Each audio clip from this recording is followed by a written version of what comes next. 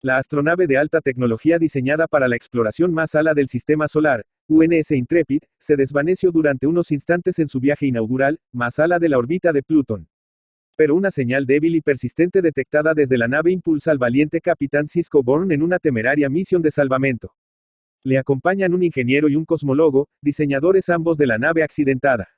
Su misión, localizar y salvar a la moderna astronave y su tripulación. Pero lo que descubrirán en su interior es un misterio que va más allá de lo imaginable, una insidiosa amenaza que llegará hasta la inocente humanidad desde un horizonte más allá de nuestro propio universo. El nivel actual de las ciencias ha admitido la insignificancia del ser humano, ampliando nuestros ínfimos conocimientos sobre el cosmos infinito e inexplorado. Solamente ahora podremos admitir que somos menos que hormigas en la compleja estructura del universo. Profesor Cyril Adolphe. El aleteo de las alas de una mariposa se puede sentir al otro lado del mundo. Proverbio chino. 1. Anotación personal. Ingeniero Wilbur Woolley, anotación personal. Navegamos a potencia 3 para reunirnos con la astronave de la Asociación Astronáutica Mundial, UNS Intrepid, que en su viaje inaugural realizaba una prueba práctica del nuevo motor Fractal. Hemos recibido una serie de comunicaciones que indican que la nave ha sufrido un mal funcionamiento, quedando después incomunicada e inerte en la órbita del lejano planeta Plutón. Esperamos que sus 750 tripulantes no hayan sufrido males mayores debido a tan desafortunado percance. 2. Destino, Dimension Fractal. La majestuosa base estelar que se encuentra en órbita alrededor del planeta Tierra, comenzó a emerger con un movimiento apenas perceptible de la oscuridad de la zona nocturna y solo se encontraba débilmente iluminada su parte superior, coronada por una monolítica esfera, en cuyo extremo se encuentran numerosos equipos y sensores. Debido a sus grandes dimensiones, la base estelar es de una enorme complejidad, mucho más que las babilónicas ciudades que se han desarrollado sobre la superficie del planeta. En su interior, la base estelar es hueca, disponiendo así del espacio necesario para las maniobras de amarre de varias naves. Además, está equipada para el mantenimiento, y en su caso reparación de las mismas. Mientras las tripulaciones de las naves se encontraban descansando en sus alojamientos personales, o en las instalaciones de ocio y relax, Chalmers, Colby, Devon, Granville y yo sacamos de la sección de enfermería la caja mortuoria de nuestro querido y respetado teniente comandante Byte, la culminación de los esfuerzos de la flota estelar en el campo de la robótica. En completo silencio, y envueltos por la fría noche del espacio, bajo las estrellas que resplandecían con un brillo tan terrible que resultaba insoportable, lo condujimos frenéticamente por los interminables corredores levemente iluminados que llegaban hasta un solitario y vasto hangar de carga y descarga. El cadáver desmenuzado y putrefacto, cubierto de extraños signos luminosos, del androide Byte debía ser destruido, según habíamos decidido por nuestro conocimiento directo del caso. Cargamos el oscuro ataúd en una cápsula gris de anónimo fuselaje, activamos sus mecanismos de lanzamiento, y fue disparada desde el borde del hangar hacia el vacío del espacio, desde donde se precipitó como un meteoro envuelto en llamas hacia la atmósfera del cercano planeta Tierra. No fue hasta nuestro regreso a la base estelar que nos dimos cuenta del hecho de que todos habíamos estado bajo el convincente encanto hipnótico de Phallus, hasta yo mismo lo había olvidado. De no ser así como hubiéramos podido actuar tan alocadamente. A partir del instante en que se encendieron las luces del laboratorio de nuevo y vimos lo que, un momento antes, había sido el cuerpo del androide Byte, fuimos como vagas, irreales figuras deambulando por un sueño. Lo olvidamos todo salvo las mudas órdenes que nos fueron impartidas, mientras contemplábamos como el féretro llameante viajaba por el vacío, se calcinaba al entrar en contacto con la atmósfera, mientras observábamos su completa destrucción, y luego nos dirigíamos con paso incierto cada cual a su habitación. Y, como sea que apreciábamos nuestra libertad, no hablamos con nadie más sobre lo que había sucedido. Solo deseábamos olvidar. Pienso que yo probablemente también habría olvidado toda memoria del incidente si no hubiese vuelto a echar una ojeada al texto, Creación de curvas sucesivas, de Albert von Edison. Los demás, con interés creciente, han tendido a considerarlo como una ilusión, pero yo no puedo. Una cosa es leer libros como el volumen básico, Destino, Dimension Fractal, el libro, Sistemas de funciones iteradas, o Teoría Geometría Fractal, y otra muy distinta cuando se pone en práctica algunas de las aplicaciones que en ellos se proponen. Encontré uno de tales métodos en el libro de consulta y referencia, Sistemas de funciones iteradas, y no seguí leyendo. El volumen, junto con los demás libros de Devon, aún está en mi biblioteca. No lo he quemado. Pero no creo que lo vuelva a leer jamás. 3. Una astronave capaz de viajar a la velocidad de la luz. Navegábamos lentamente a bordo del explorador solar y navío de reconocimiento Neptuno, 01, capitaneado por Cisco Bourne, hombre de carácter hosco aunque muy experimentado, para reunirnos con nuestro objetivo, mientras el primer oficial activaba los controles de los propulsores de maniobra traseros de freno. La visión de la vasta oscuridad del espacio nos hacía temblar como una rama en el frío aire invernal. Ante nosotros, flotando inerte en el vacío, se encontraba la accidentada astronave de la nueva categoría de la flota, aquella a la que con orgullo bautizamos UNS Intrepid. Una nave de exploración impresionante, señores, confesó sorprendido el capitán del navío de inspección, al observar a través del monitor, y por vez primera, la esbelta y elegante silueta de la avanzada astronave. Según pudimos observar, las innumerables ventanas de observación que se encontraban situadas en toda su estructura y que en otro momento hubieran estado iluminadas, permitiendo observar a algunos de sus tripulantes desde el exterior, se mostraban frente a nosotros ahora oscuras y sin vida. Una potente descarga eléctrica cruzó el espacio ante nuestra nave, deteniendo el curso de nuestros pensamientos y cegándonos por unos instantes con su enfermizo resplandor pálido. Gracias, se trata de la sustituta de la flota espacial para la venerable categoría Excelsior. Se utilizará en un primer momento para misiones científicas y de exploración, aunque podrá desarrollar las más importantes tareas diplomáticas de forma igual válida. Por ello hemos nombrado a la nueva categoría con el nombre de Soberana, contesto, con una media sonrisa, el físico teórico y cosmólogo Biels Falux. Al parecer, Falux se encontraba totalmente relajado a la vista de la inerte nave, mientras que a mí todavía me resultaba imposible pensar con claridad después del inesperado accidente sucedido a la Intrepid. Observando el espectacular diseño de la nueva categoría, el capitán Bourne, con un claro tono de preocupación en el tono de su voz, ordenó una exploración previa de la misma desde el exterior. Su principal valor, no obstante, reside en sus avanzadísimos sensores de largo alcance y a gran escala, continuó con tono impasible el físico teórico y cosmólogo Falux gesticulando orgulloso con sus manos. Capitán, querría preguntarle algo, se dirigió con respeto uno de los responsables de la Neptuno a su superior. Quizá el cosmólogo quiera responder a su cuestión. Gracias capitán, Biels Falux carraspeó, en una clara señal de orgullo por el papel protagonista recién adquirido. Ante todo quiero agradecerles la oportunidad de unirme a ustedes en esta misión. Sí, sabemos que aprecia estar aquí, le interrumpió con clara animadversión el capitán Bourne, pero entenderá que nosotros no, he visto cómo cancelaban nuestra actual misión en curso y nos han enviado a la órbita de Plutón. El cosmólogo miraba al suelo, pero su malévola sonrisa y su mirada elevada directamente a los ojos del capitán eran incomprensibles. La última vez que la Neptuno se embarcó en una misión semejante y en un lugar tan alejado de cualquier puesto orbital perdí 2 tripulantes. Continuos rayos desgarraban el espacio a nuestro alrededor como si quisieran amedrentarnos en nuestro viaje hasta la Intrepid. Todo lo que voy a contarles está considerado alto secreto por los responsables del Centro Espacial Terrestre. La Intrepid no experimentó una avería en el nuevo motor que la hizo estallar en el mayor desastre espacial hasta la fecha, como se hizo saber a los medios de comunicación, sino que después de poner en funcionamiento el motor Fractal, se perdieron todos los canales de comunicación, incluso los potentes telescopios científicos dejaron de captar toda señal visual, térmica o radiactiva de la astronave durante 5 segundos, como si ésta se hubiese simplemente desvanecido, después de los cuales se recibió una señal de radio desde su última posición. Este hombre está loco. ¿Qué demonios nos está contando? Protestó el oficial Conrad, fuera de sí. Oficial Conrad, déjele continuar. Como ya han podido comprobar, la información que se ha hecho pública, sobre que la Intrepid era una astronave diseñada para la exploración más alta del sistema solar y que resultó destruida en su primera misión, no concuerda por completo con la realidad. Un sonriente y orgulloso Falux continuaba su explicación cruzado de brazos en el centro del puente.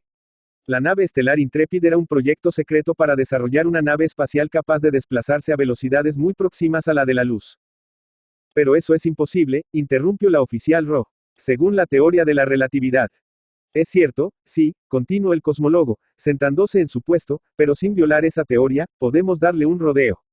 La nave no viaja a la velocidad de la luz, lo que hace es abrir una puerta hacia la Dimension Fractal, que le permite viajar a tal velocidad a través del universo. ¿Cómo? Terció de nuevo la oficial Ro. Bueno, es complicado de explicar. Respondió Falux cada vez más orgulloso y sonriente hasta la desesperación por sentirse el centro de atención. Intentélo, Falux, y en términos sencillos, respondió el capitán. El cosmólogo se levantó y cogió de una de las mesas del perímetro del puente una hoja de un registro de instrucciones. Bien, Imagínense que esta esfera representa nuestro universo con toda su miríada de estrellas y galaxias girando sobre su superficie, por tanto, representa nuestro habitual espacio, tiempo, y que ustedes quieren viajar desde el punto de origen hasta un lejano destino B, explico, marcando con un rotulador dos señales en posiciones opuestas sobre la superficie de la pelota de cuero. Los motores V, espaciales usados hasta el día de hoy abrían un portal en nuestro espacio tridimensional, representado en este ejemplo por el espacio interior del balón, creando un camino entre ambos puntos. Beals Phallus agujereó el cuero con una larga aguja haciéndola entrar por el agujero A y atravesando hábilmente el balón haciéndola salir por el otro punto B uniendo ambos puntos mediante un hilo de lana, hasta alcanzar tiempos lo suficientemente cortos como para hacer posible la exploración más ala de nuestro sistema solar. Phallus se comportaba como un sorprendente prestidigitador del mundo del espectáculo. Pero observen, en los puntos en los que la aguja enhebrada ha atravesado la piel de este balón hay desgarros e imperfecciones, barreras de energía indeseables en los viajes espaciales.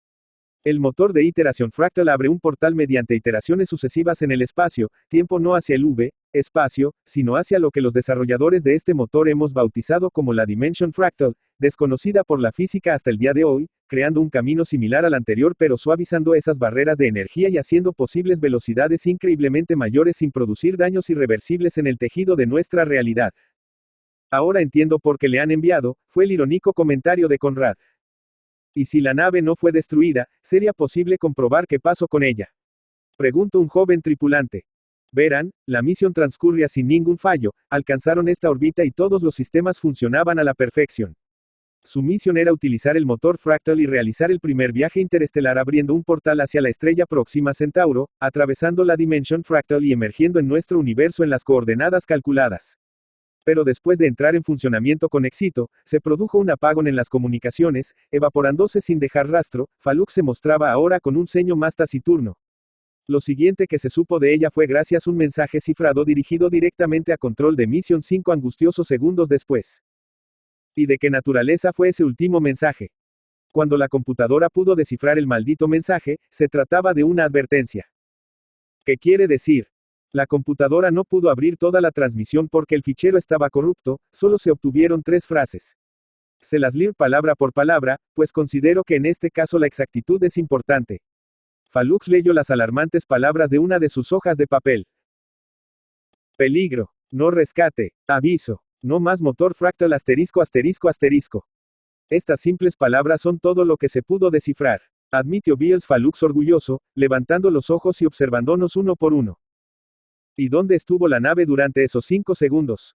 Preguntó el capitán con seriedad. Eso hemos venido a averiguar. Hemos localizado el faro de navegación de popa de la Intrepid, informó Conrad. Está en la pantalla frontal. Aquí la oficial Rhodes de la astronave Neptuno, 01. Me reciben UNS Intrepid. Uno de los oficiales de la astronave activó varios sensores que mostraban en su pantalla, mediante diversos símbolos, el estado de la nave, a la vez que varios potentes haces de luz iluminaban una amplia zona de fuselaje frente a nosotros. Un gran cambio se había producido en este, pues su textura original de metal perlado se encontraba actualmente ennugrecida por un sucio color parduzco y agrisado.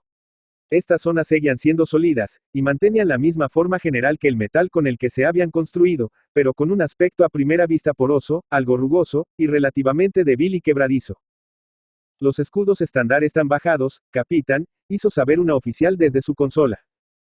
Moviéndose con gran delicadeza, el navío fue desplazándose a lo largo de la malograda nave iluminándola a su paso. Ante nosotros se presentó en toda su grandeza aquella inmensa obra futurista de vastos ángulos y superficies interminables desde nuestra pequeña perspectiva. Ese es el embarcadero principal, informó el oficial Conrad al llegar frente a un gran portón de forma elíptica. Bien, oficial, use el brazo y fijémonos a ese grupo de antenas, ordenó el capitán. Una potente tenaza mecánica se alargó hacia el lugar indicado, atrapando un grupo de delgadas varillas y apéndices metálicos. Con cuidado. Esa estructura no soporta esfuerzos excesivos, protestó el cosmólogo, que en aquel momento se encontraba junto a mí. Maniobra de atraque efectuada. Acoplados a la Intrepid. Oficial Ro, informe, se dirigió el capitán a la oficial que había hablado anteriormente, sentada frente a su moderna consola repleta de informes sobre el estado de la astronave. Astronave. UNS Intrepid clase, soberana. Comisionada. 2293. Base de producción. Fábrica Planetaria Antares y Utopia perteneciente a la flota estelar. Longitud, 470.58 metros. Anchura, 185 metros. Altura, 78.86 metros. Masa, 2.350.000 toneladas métricas. Personal, 750. Velocidad de crucero. Distorsión 6, velocidad máxima. Distorsión 9.7. Armamento. 16 bancos de Phaser tipo 8, 70 lanzadores de torpedos de fotones 4MK. El cosmólogo se movía por la cabina observándonos a todos con arrogancia, incluido al capitán, con la cabeza irrespetuosamente elevada. Yo, por mi parte, seguía haciéndome, con el ánimo angustiado, la misma pregunta: cómo pudo ocurrir este desastre apenas unos segundos después de poner en funcionamiento el nuevo motor. Ambos motores de impulso de la sección de disco están dañados e inoperantes, los propulsores de maniobra de popa se encuentran completamente destrozados y ambas parrillas del campo del motor Fractal están destruidas debido a una explosión en sus bobinas internas. Se captan fuentes de radiación, pero seguramente son fugas en los contenedores de almacenaje de antimateria, no parece importante.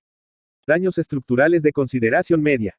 Las constantes descargas eléctricas parecían querer introducirse en nuestra cabina para contagiarnos nuestro ánimo de su enfermizo color.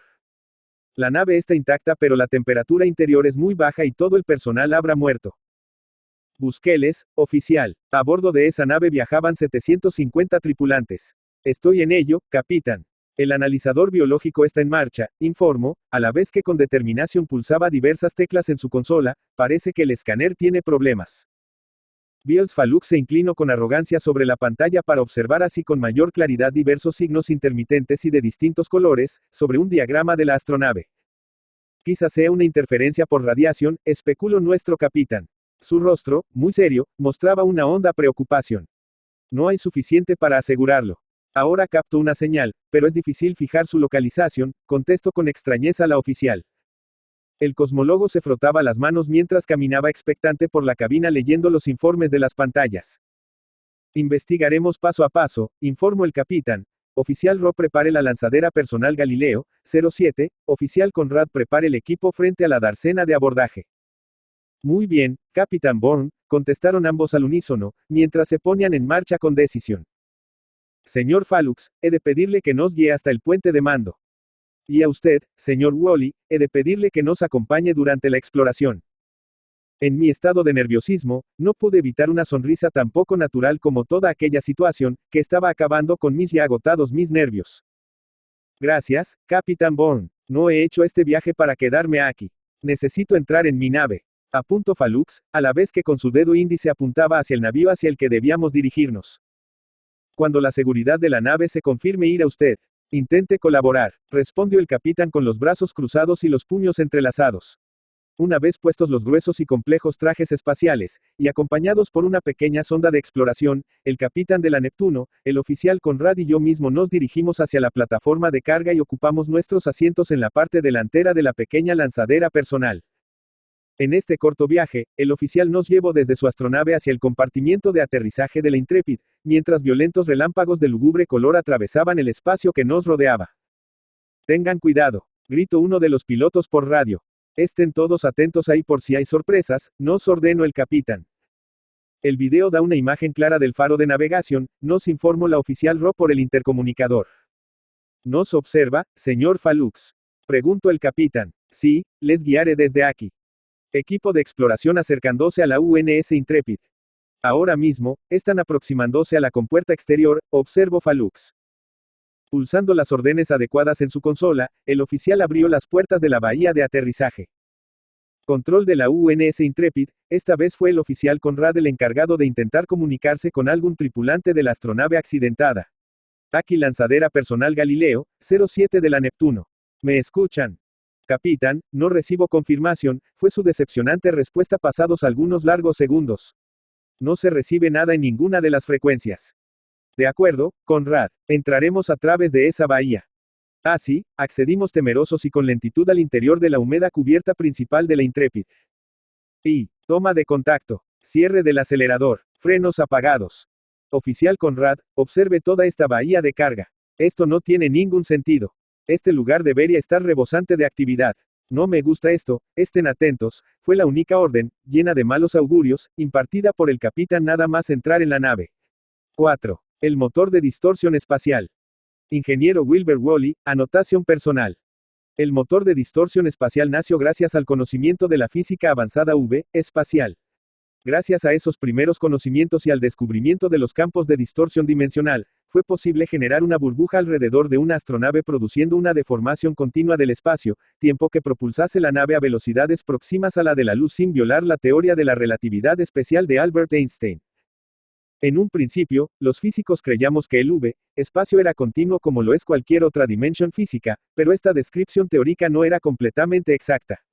Además de esto, las ecuaciones mostraban que a medida que se profundizaba en el dominio espacial, mayor era el efecto de distorsión y a su vez, mayor la velocidad alcanzada. Así se creó una escala de velocidad basada en la profundización en el dominio espacial, llamada escala de dimensiones internas. Para medir cómo se profundiza en el espacio, se utiliza el llamado factor de distorsión, en el que factor 1 expresaría estar en el límite entre el espacio normal y el espacio, siendo la distorsión provocada por el motor, la misma que la distorsión natural del espacio circundante. O dicho de otra forma, la velocidad de la luz. Velocidades por debajo de factor 1 son velocidades menores al 10% de la velocidad de la luz. El problema que tiene este sistema de medida, es que las velocidades no son lineales respecto al factor. Tienen puntos de ruptura y barreras de energía. Cuando se estableció esta escala no se conocían métodos para medir realmente cuánto se profundizaba en el dominio espacial y cómo variaban las propiedades del espacio. Se asumía que variaban de forma continua y por lo tanto, los consumos de energía debían de ir aumentando de forma continua. Así pues, la escala se creó a partir de la teoría y no de la práctica. Pero pronto empezaron a verse discrepancias. Cuando los motores de distorsión empezaron a alcanzar velocidades iguales o superiores a factor 3, 21% de la velocidad de la luz, se detectaron unos picos en la energía requerida para mantener y crear los campos de distorsión a unas velocidades muy determinadas. Durante mucho tiempo se atribuyó a la falta de sincronización del campo de distorsión a lo largo de la nave y al hecho de variaciones muy sutiles de la velocidad entre varios puntos de las barquillas que se traducían en un mayor consumo de energía.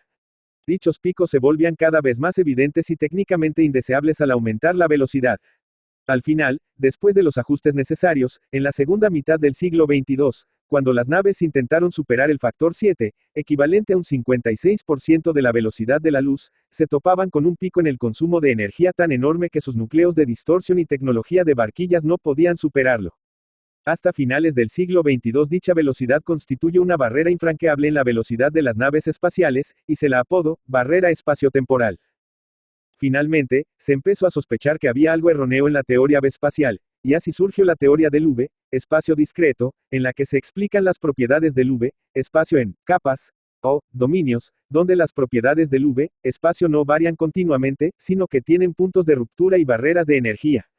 En un principio se sigue usando la escala de dimensiones internas, aunque se hizo más que evidente que dichas barreras de energía no se correspondían muy bien con los factores de distorsión y que sería necesario reflejarlas en una nueva escala de velocidades. A partir de los trabajos del físico teórico y cosmólogo Beals Falux, del mayor experto en el dominio espacial Thomas Devon y de mis amplios conocimientos en sistemas dinámicos trabajamos en una nueva escala de velocidades de distorsión crecientes, que superaban estas barreras de energía no como discontinuidades puntuales sino como curvas exponenciales crecientes basadas en iteraciones fractales de potencia sucesivas. Dicha escala muestra, incomprensiblemente, un nuevo límite de velocidad a factor 10, un 92% de la velocidad de la luz, pero quedó así demostrado que se puede profundizar totalmente en un nuevo y desconocido espacio, que bautizamos como Dimension Fractal, sin requerir un uso de energía infinita. 5. Este lugar parece una tumba. Tenemos contacto, informó por radio el oficial Conrad. Nos acercamos a los restos de la Intrepid, preparados para abordarlo.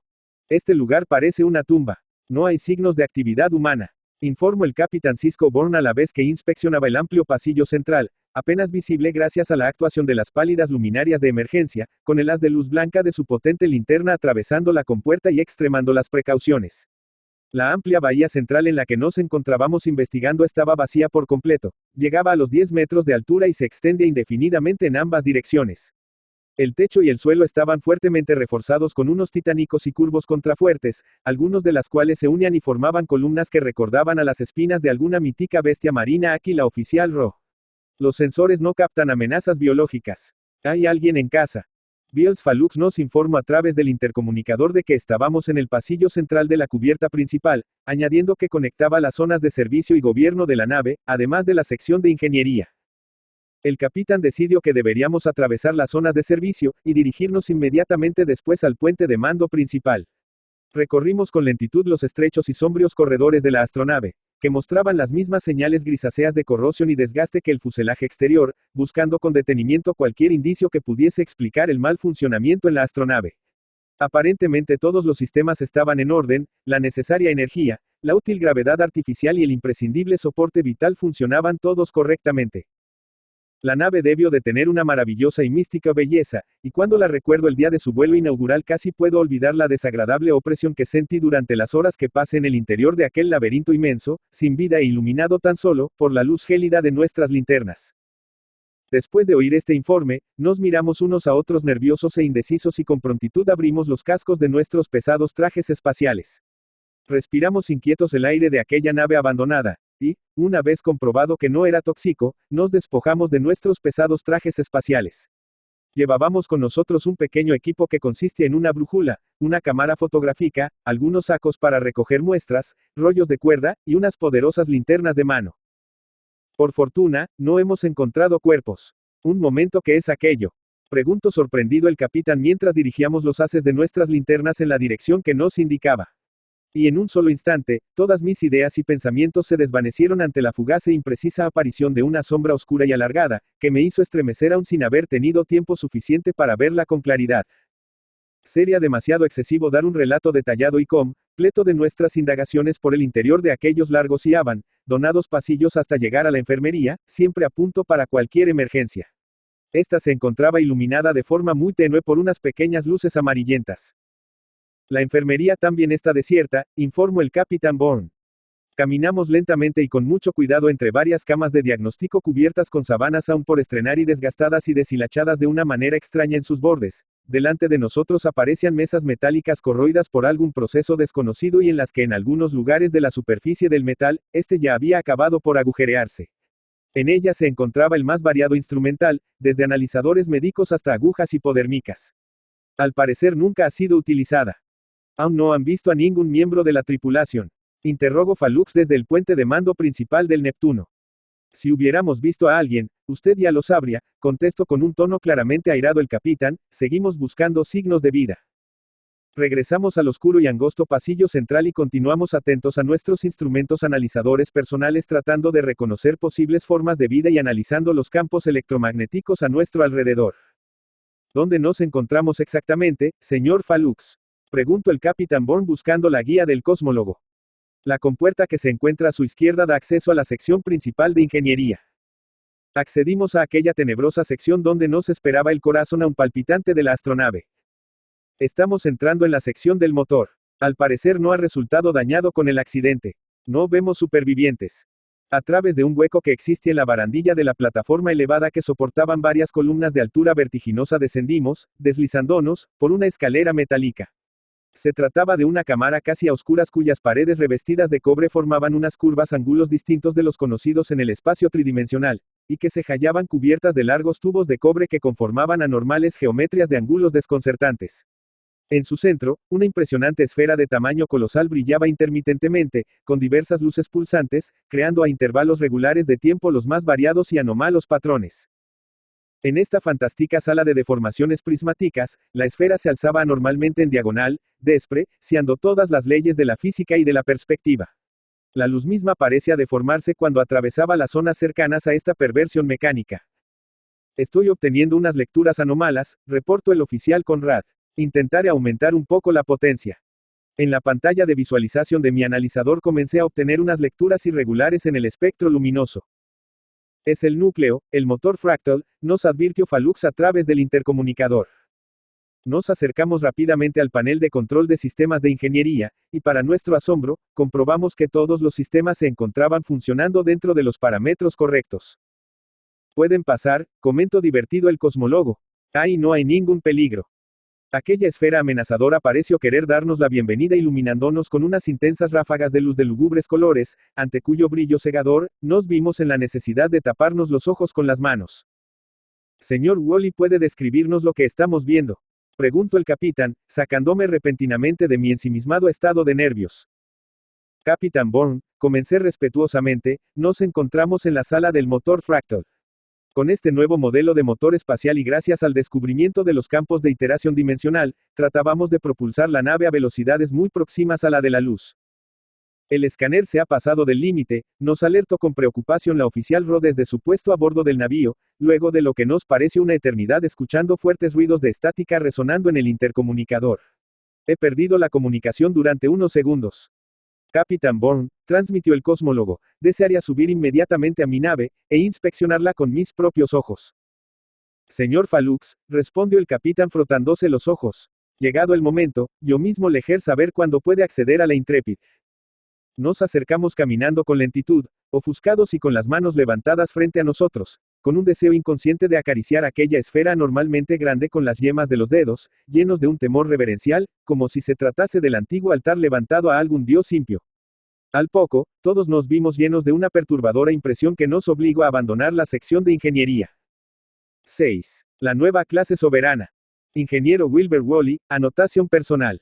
Activada en 2290, la astronave de tipo explorador UNS Intrepid será inicialmente el primer navío adaptado con una unidad de iteración fractal experimental. El Gran Viajero, como ha sido apodada la nueva clase soberana, abrirá el camino para una nueva edad de la exploración espacial humana, pudiendo viajar a una velocidad de crucero de iteración de 7 y una velocidad máxima de iteración 10. Representando la cúspide del diseño de astronaves de mediados del siglo XXIII, la Intrepid destaca por los amplios embarcaderos de carga y lanzaderas a proa y popa, torpedos fotónicos, cañones de fase y polarización del casco. El motor de iteración fractal, diseñado por el Grupo de Investigación y Desarrollo a cargo del matemático Thomas Devon, permitirá que viajes que en el pasado requerirían cientos de años, puedan ser completados en cuestión de horas. 7. Desaceleración total. Aliviados todos por poder salir de aquella lúgubre sección, que sugería esferas y dimensiones desconocidas para cualquier ser humano en su sano juicio, nos encaminamos con paso lento, pero todavía alterados, a través de diversos corredores con los más claros signos de decadencia, hasta llegar, finalmente, a la puerta del ascensor que nos permitiría alcanzar finalmente el puente de mando. Señor Falux, como capitán de esta misión de rescate, le doy permiso para acceder a la astronave UNS Intrepid. Una vez en el interior, diríjase sin dilación al puente de mando principal. Muy agradecido, capitán, contestó el cosmólogo con un desagradable tono entre orgulloso y divertido en su voz. Después de accionar el ascensor mediante órdenes vocales y de un breve viaje en el rápido ascensor cilíndrico, las puertas se abrieron automáticamente y visiblemente ansioso, tuve que ser yo el encargado de atravesar la compuerta y acceder al puente en primer lugar. No hay lecturas de vida, gotas gruesas de sudor resbalaban por la frente del nervioso capitán. Maldita nave fantasma, exclamó asustado el oficial Conrad. Para aumentar nuestro ya alterado estado de nervios, el puente se encontraba en la más completa oscuridad. Este lugar es un congelador. La abertura mostraba una oscuridad casi material. Estas tinieblas tenían realmente una cualidad sólida, pues ocultaban algunas partes del interior del puente que debían ser visibles al ser iluminadas por nuestras potentes linternas. Ninguno de nosotros podía evitar temblar debido al frío que reinaba en el oscuro puente. Gracias a nuestras linternas y a la gran pantalla de navegación panorámica que emite una muy leve luminosidad, observábamos no sin grandes dificultades, pequeñas áreas de la estancia que se encontraba a nuestro alrededor. Oficial Conrad, ¿es posible restablecer la iluminación en el puente?, preguntó el capitán Bourne. El oficial que nos acompañaba, se agachó sin tardanza frente a una pequeña abertura situada cerca de la puerta de acceso y al nivel del suelo. Con un pequeño destornillador la abrió con gran facilidad, observó en su interior utilizando su linterna durante unos breves instantes y exclamó con alegría contenida. No se preocupe, capitán, se trata de una pequeña avería en los fusibles. Varios de ellos se han quemado debido a una sobretensión. No tardaré en sustituirlos. Con una rápida maniobra, sus ágiles dedos manipularon los complicados mecanismos eléctricos bajo la atenta mirada del capitán. Y unos pocos segundos más tarde, todas las luminarias del puente estaban en funcionamiento. Para nuestra sorpresa, no tardaron en ponerse en funcionamiento las intermitentes luces de emergencia, de un agresivo rojo carmesí, de las paredes y el techo, así como una ruidosa sirena que indicaba que algo no iba bien en el cerebro de la formidable nave estelar. Lo que encontramos dentro del puente de mando fueron los restos del horrible drama que a partir de entonces comenzaríamos a descifrar.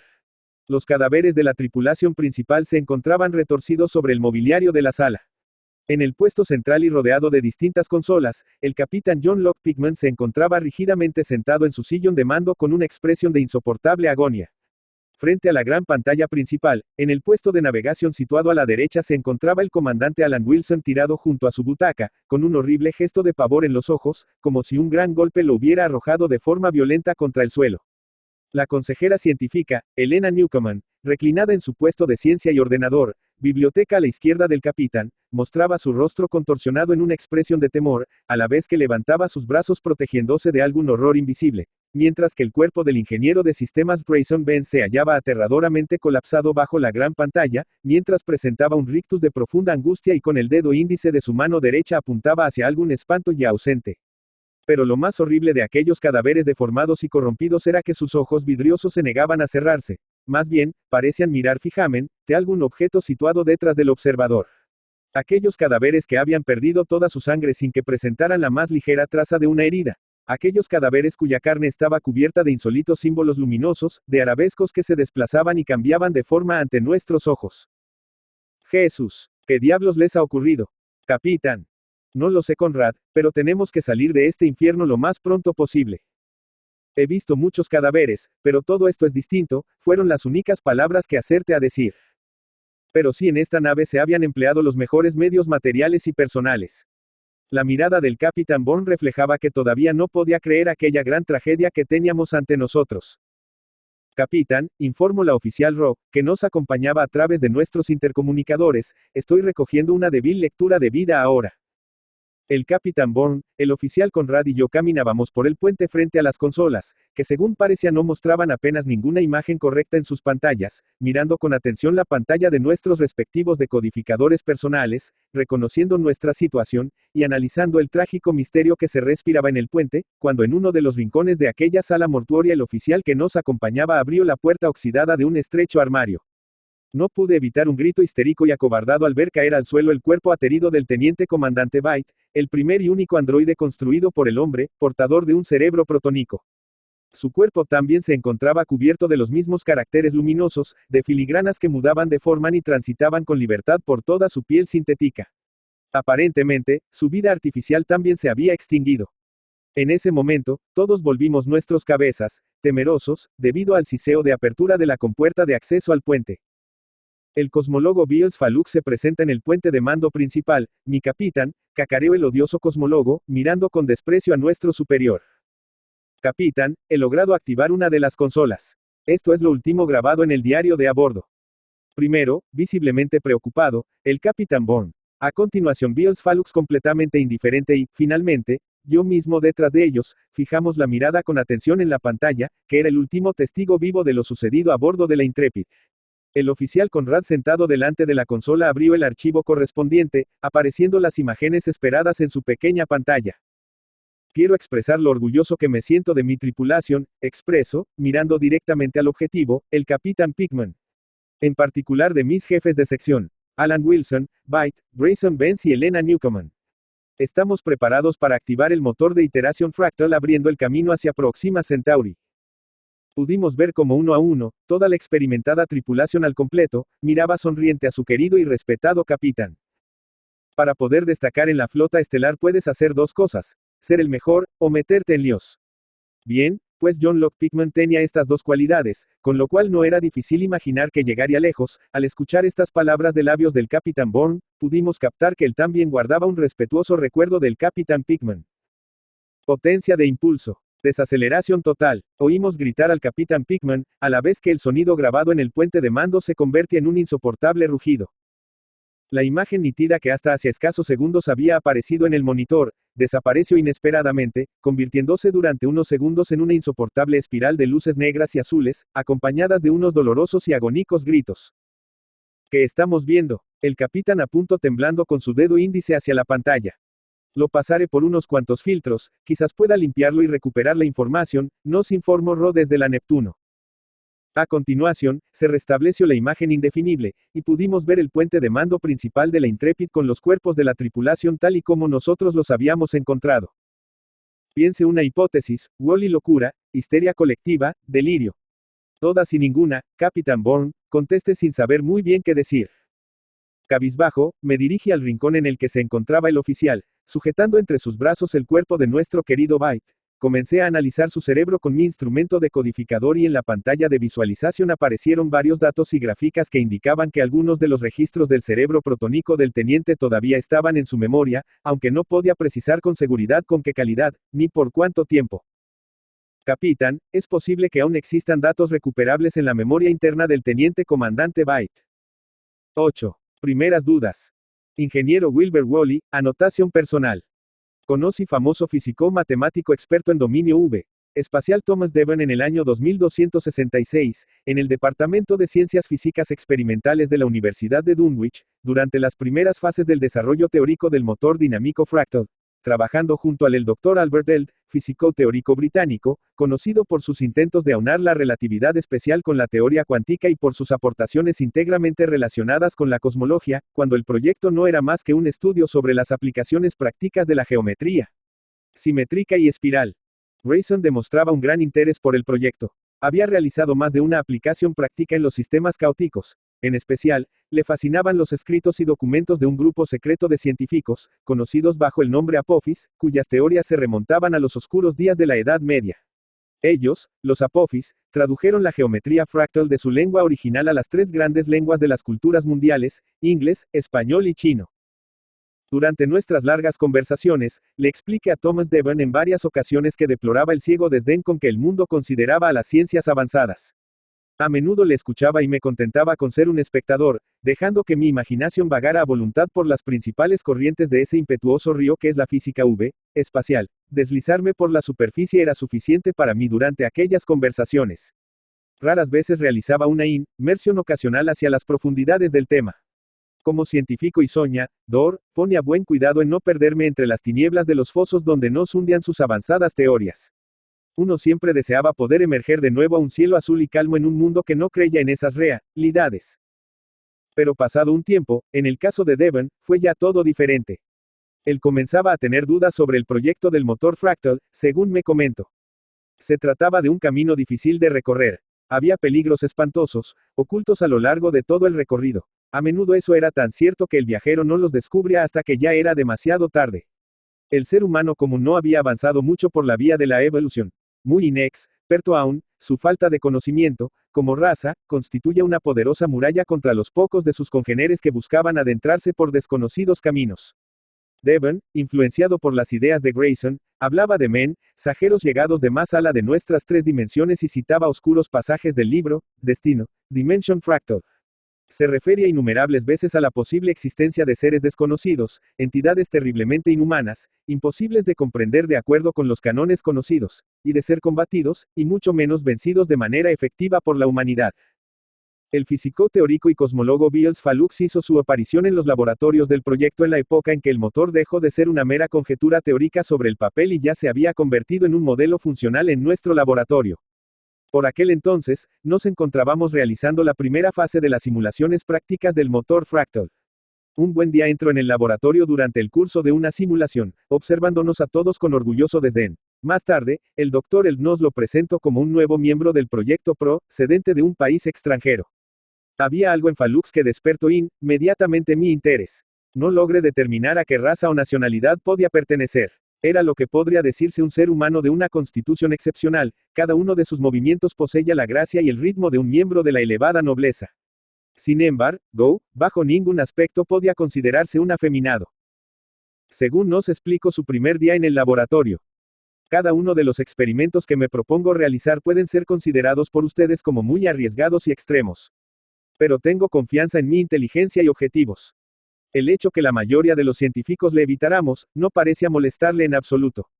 Ello se debía a la total frialdad de su carácter y a su carencia total de empatía. Hubo una vez, por ejemplo, en que estando en el laboratorio, nos encontrábamos realizando una serie final de iteraciones, cuando éstas comenzaron a desviarse de su límite final esperado, provocando un grave error en el experimento y haciendo estallar contra el rostro de Thomas Devon algunos componentes del motor. Varios fragmentos de metal se le clavaron profundamente en la piel. Mas Fallux no dio la más leve muestra de alarma, obligó a abstenerse de socorrerle al resto de miembros del equipo, y procedió a continuar con el experimento en cuanto el médico terminó de realizar una breve cura en el rostro de Devon del que aún manaba abundante sangre. Algo que siempre nos resultó desconcertante de su fría actitud fue el hecho de que cuando alcanzábamos los sucesivos objetivos de cada una de las etapas del diseño y construcción del motor Fractal, el extraño cosmólogo, sin dar ninguna explicación a los responsables del proyecto, tomaba su vehículo espacial privado rumbo a un destino del que según él no estaba obligado a dar información, y de donde regresaba varios días después aún más soberbio e iracundo que en el momento anterior a su partida. El acto final de esta tragedia comenzó la víspera del despegue, cuando conversábamos acerca de la composición de un portal estelar autosimilar, generado por el conjunto de puntos estables de órbita acotada bajo cierta transformación iterativa no lineal, y discutíamos las posibilidades de prácticas de tal materia. Uno de nuestros científicos adjuntos llamado Colby, presenta un argumento extraordinariamente ingenioso en contra. Considero ridículo asociar los experimentos en aplicación a las formas espaciales de los objetos y que se observan también en la propia dinámica evolutiva de los sistemas complejos, y llego a la conclusión final que una apertura estable hacia la conocida por nosotros como Dimension Fractal, al margen de los medios mecánicos de inducción, era posible pero de todo punto no deseable. Fue al llegar a este punto, cuando Falux intervino. Lo que él dijo, no puedo recordarlo, pero todo concluyó con un desafío directo a Falux para que demostrara sus acertos. Devon permaneció callado durante el curso de este debate. Estaba más bien pálido y trataba, según pude notar, de hacerle una señal de advertencia a Colby. El día del despegue, fuimos 5 los que nos reunimos ante uno de los grandes ventanales del centro de control espacial situado en una de las salas de la cúpula de observación situada en la parte superior de la base estelar. Granville, Chalmers, Colby, Devon y yo. Devon fuma, va un cigarrillo tras otro, se mordía las uñas y hablaba solo en voz baja. Sospeché que algo anormal estaba sucediendo, pero de qué se trataba, no tenía la menor idea. Luego llegó Falux, y la conversación interior, si así puede llamarse, cesó. Colby repitió su advertencia, diciendo que las consecuencias de poner en marcha el nuevo motor Fractal todavía no eran conocidas en su totalidad, añadiendo que debíamos haber realizado más simulaciones de las sucesivas potencias de iteración con el fin de asegurarnos de que no ocurrirían accidentes fatales. No se podían utilizar inhibidores topológicos, tractores cíclicos, ni cualquier otro medio mecánico para evitar la apertura de fracturas no esperadas en el tejido espacial. Todo el motor se basaba por completo en la dinámica de los ciclos, en los que partiendo de una realidad establecida simple acaban en la creación de una nueva realidad más compleja, y donde las evoluciones dinámicas de todos estos ciclos presentaban las similitudes propias de los sistemas caóticos. Falux asintió, ignorando con una rasgada sonrisa de superioridad todas las advertencias, encendió las pantallas de comunicación con la tripulación de la astronave, y luego, volviéndose, dirigió su mirada a Colby. Nosotros le observábamos, esperando Colby que moviera los diales con sus manos y pronunciase alguna orden. Él no hizo ni lo uno ni lo otro. El cosmólogo fijó su mirada en Colby, y este se puso rígido como si hubiesen aferrado su corazón con una terrorífica garra. Acto seguido, con la mirada perdida en el vacío ante él, se puso lentamente en pie, caminando en silencio hacia la consola que se encontraban justo al lado de la del demoníaco cosmólogo. La voz del mejor capitán de la flota resonó con toda claridad por todo el centro de control a través de unos potentes altoparlantes. Termino de dar un fructífero paseo desde la ingeniería hasta el puente de mando principal de mi nuevo destino, la nave estelar UNS Intrepid. Un claro tono de orgullo se captaba en su voz. Todos los asistentes y auxiliares que prestaban su ayuda al despegue de la astronave en el centro de control se miraron entre sí con complicidad y respondieron al primer reporte del capitán con un largo y sonoro aplauso. 9. Permiso para subir a bordo.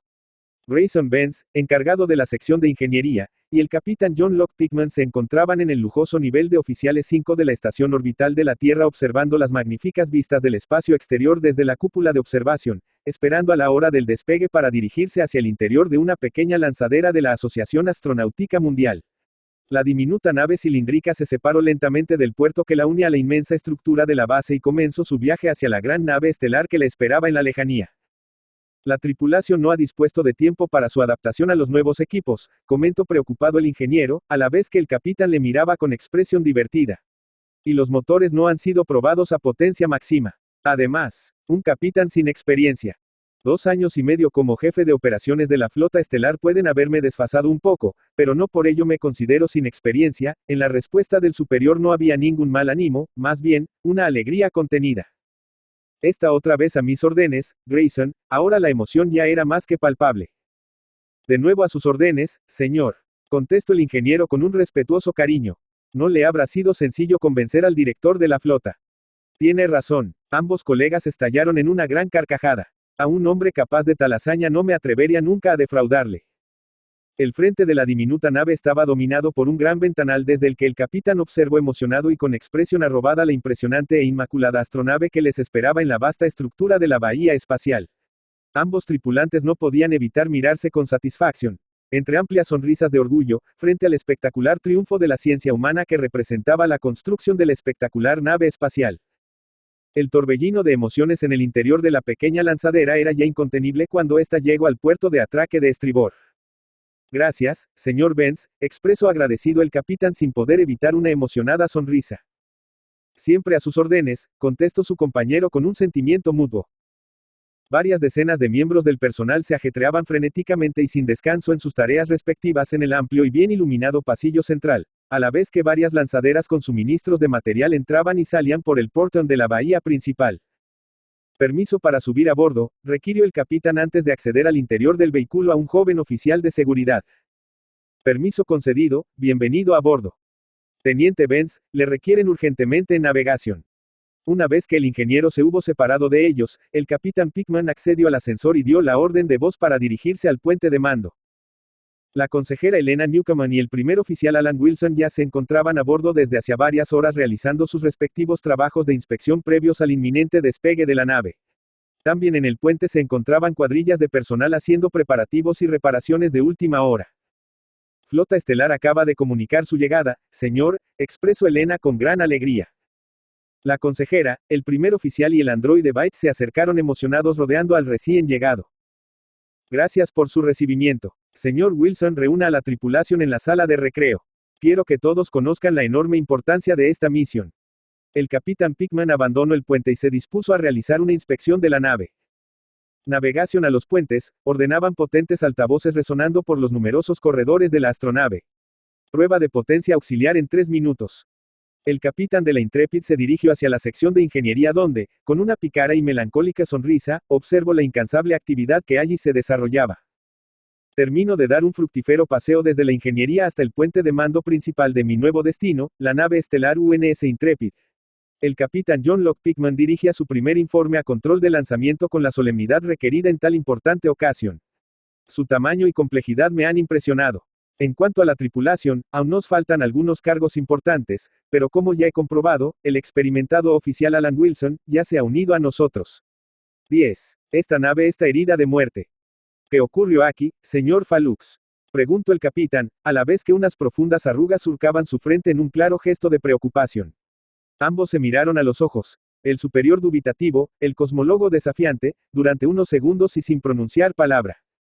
La puerta de acceso al puente principal saltó sorpresiva y violentamente arrancada de sus gruesos goznes hacia el interior de la sala, una gran explosión surgió sin previo aviso desde detrás de la compuerta, lanzando al capitán Bourne al suelo. El puente de mando se convirtió a partir de ese momento, en un infierno de fuego blanco, azulado y cristales afilados volando en todas direcciones. Una vez recuperado, el capitán se puso trabajosamente en pie. Les habla el capitán Bourne, ¿están todos bien? El oficial Conrad, estaba ya intentando apagar varios fuegos con uno de los extintores portátiles de la nave. ¿Qué demonios ha pasado? Preguntó intentando hacerse oír entre el rugido del fuego. Se ha abierto una brecha en el casco, nos reportó a gritos la alférez Roh. Intentaré contener el aire. Estamos despresurizando, informó Falux. Miles de ardientes chispas caían sobre todo su cuerpo pero no parecía sentirse amenazando por la situación. Oficial Conrad, informe, aulló el capitán preso entre las llamas. Se ha perdido el colector de hidrógeno de estribor y se ha abierto una brecha en el casco. Los circuitos de seguridad están fallando. Solo quedan 28 minutos de gas, señor. Los tanques de oxígeno han fallado, el oficial gritaba con todas sus fuerzas, intentando hacerse oír entre las ensordecedoras explosiones. Esta nave está herida de muerte. Nos vamos de aquí, ordenó nuestro superior, dirigiéndose directamente a Falux. No podemos irnos. Tenemos órdenes específicas, contestó Falux cruzado de brazos, con voz tranquila. Es nuestra única oportunidad, contesté huyendo de las peligrosas llamas que ya amenazaban con atraparme. Rescatar a la tripulación y salvar lo que quede de la nave. Esas son mis órdenes específicas, replicó el capitán Bourne, dirigiéndose directamente al cosmólogo. No podemos irnos de mi querida nave, gritó el cosmólogo, que se giró hasta enfrentarse cara a cara al capitán, ni siquiera sabemos lo ocurrido aquí. Quiere morir, se enfrentó el oficial Conrad de cara, por la irrespetuosa actitud de Falux. Oficial, señores Wally y Falux carguen con el cuerpo de Byte, hasta la enfermería. Le conservaremos en una de las cámaras. Las monstruosas llamaradas que cubrían el puente de mando y las impredecibles explosiones que amenazaban con acaban con nuestras vidas, terminaron por obligarnos a utilizar nuestros cascos e intercomunicadores personales. Al habla el Capitán Bourne. Les quiero a todos a bordo de la lanzadera. Regresaremos inmediatamente a la Neptuno. No voy a exponer a un peligro de origen desconocido a los 40 tripulantes de mi nave. Llevaremos el cuerpo de este androide de vuelta a la Tierra para que los investigadores de la Asociación Astronáutica Mundial realicen un análisis completo de sus sistemas. Fuimos a la carrera de las ardientes llamaradas que estaban calcinando todo lo que se encontraba en el interior del puente de mando y nos dirigimos enfebrecidos, rápidamente y cabizbajos por los laberínticos y oscuros pasillos de la nave hasta la enfermería, donde introdujimos el rígido cuerpo de Byte en una cápsula de sueño criogénico, y cargamos con esta hasta alcanzar nuestra lanzadera personal que nos llevaría de regreso a la seguridad de nuestra astronave. Oficial Rock, prepare nuestro regreso para descontaminación de nivel máximo, e informe a la doctora MC Faden de que cuando lleguemos nos haga una exploración completa a los 4. Durante todo aquel recorrido a través de la Intrepid, permanecimos en el más completo silencio, tan solo mirándonos nerviosamente unos a otros en alguna ocasión, espantados y atemorizados por el perturbador misterio hallado en el puente de mando principal de la astronave UNS Intrepid. Atención, lanzadera Galileo, 07 ha llegado. Equipo médico y análisis de riesgo biológico preparado para su llegada. Nos informó la oficial médico. Nos pusimos de nuevo nuestros gruesos e incómodos trajes espaciales y nos dirigimos hacia la posición de la lanzadera. Conrad encendió el motor, y esta comenzó el vuelo de regreso sin dificultades. Atrás volvió a extenderse la gran astronave, como había ocurrido al llegar, y comenzamos a alejarnos sin dificultades. Muy cerca de nosotros debía de haber grandes perturbaciones, pues el brillo cegador de los siniestros relámpagos no cesaba, pero la navegación no ofrecía grandes peligros. Conrad, visiblemente nervioso, no podía estarse quieto. Yo sentía cómo se volvía, una y otra vez, mirando aquella pavorosa nave que dejábamos atrás. Justo en el momento en que nos acercábamos a la Neptuno, lance aquel grito enloquecido que casi nos lleva a la muerte. Durante un segundo el oficial perdió el gobierno de la máquina. Se recobró enseguida, pero temo que yo no vuelva a ser nunca el de antes. Una vez alcanzada nuestra nave exploradora, el Capitán Bourne se atrevió a romper nuestro silencio ordenando a la oficial Rock, que hasta entonces había permanecido a bordo de la nave Neptuno, que pulsara en su consola las órdenes necesarias para dirigirnos de regreso a la Tierra. Ya nos alejábamos de aquella horrible pesadilla, cuando un último y horroroso resplandor atravesó las ventanas cegándonos a todos los que nos encontrábamos en el puente de mando de la Neptuno. Una serie de gigantescas y absolutamente ensordecedoras explosiones destruyó la sección delantera de la Intrepid, a la vez que varios fuegos se extendían rápidamente por sus numerosos corredores. La astronave se vio rodeada de múltiples anillos de fuego que aparentaban querer devorarla en un remolino de insano apetito, a los que siguió la aparición de una inconmensurable esfera acrisolada y purificadora cuya implosión colapsó los últimos restos de la maliciosa astronave UNS Intrepid. Todos nosotros, con nuestros cuerpos, tanto como nuestras mentes, agotadas y doloridas, observamos como en el espacio que ocupaba la astronave ya no quedaba absolutamente nada, salvo algunos espectrales relámpagos. 11. Incluso el nombre es misterioso. Las abejas obreras, como cariñosamente se llamaban a las pequeñas y versátiles naves de construcción diseñadas para apoyar en la construcción y mantenimiento de las astronaves, así como en las estaciones de trabajo, fueron retirándose de sus trabajos sobre la Intrepid y alejándose de la dársena espacial. Los potentes focos de trabajo que hasta entonces habían iluminado el perlado fuselaje de la astronave se fueron apagando secuencialmente. Control de plataforma da su aprobación, reportó Alan Wilson desde su puesto. Timón dispuesto, esta vez fue el androide Byte el encargado de dar su informe. Material de transporte da su aprobación, informó la experimentada consejera Newcomen, girándose desde su consola. Propulsores, señor Wilson. Propulsores preparados, capitán, cumplió el primer oficial, a la vez que pulsaba las acciones correspondientes en su consola. Propulsores en espera, señor. Las últimas abejas se alejaron definitivamente de la astronave, a la vez que varios focos direccionales hacían que sobre el casco se iluminasen sus zonas principales. Adelante, el capitán Picard dio aquella orden con un emotivo temblor en su suave voz. Muy lentamente, la nave estelar UNS Intrepid, la máxima hazaña de la ciencia humana, se puso en movimiento, alejándose de la compleja estructura del puerto espacial y dejando atrás la órbita del planeta Tierra. Puente de mando, todo dispuesto, informó Grayson Benz desde la sección de ingeniería. Potencia impulsora a su discreción. Aumente la intensidad, señor Byte. Potencia máxima 0,5. El capitán Pickman no podía evitar mirar hacia las lejanas estrellas con un claro temblor de emoción en su voz, mientras impartía sus concisas órdenes. Ángulo de lanzamiento. Ángulo de lanzamiento en pantalla. Visión frontal. Como estaba previsto, una vez en el espacio la astronave alcanzó mayor velocidad. El capitán observaba las miles de estrellas que aparecían en la pantalla principal de navegación con lágrimas en los ojos. Atravesaron a increíble velocidad la órbita del gigante gaseoso Júpiter y sus numerosos satélites. Cuaderno de bitácora. 8 horas desde el lanzamiento. A fin de completar la misión con el mayor éxito posible, hemos decidido alcanzar la potencia máxima tras sobrepasar la órbita del gélido y misterioso Plutón.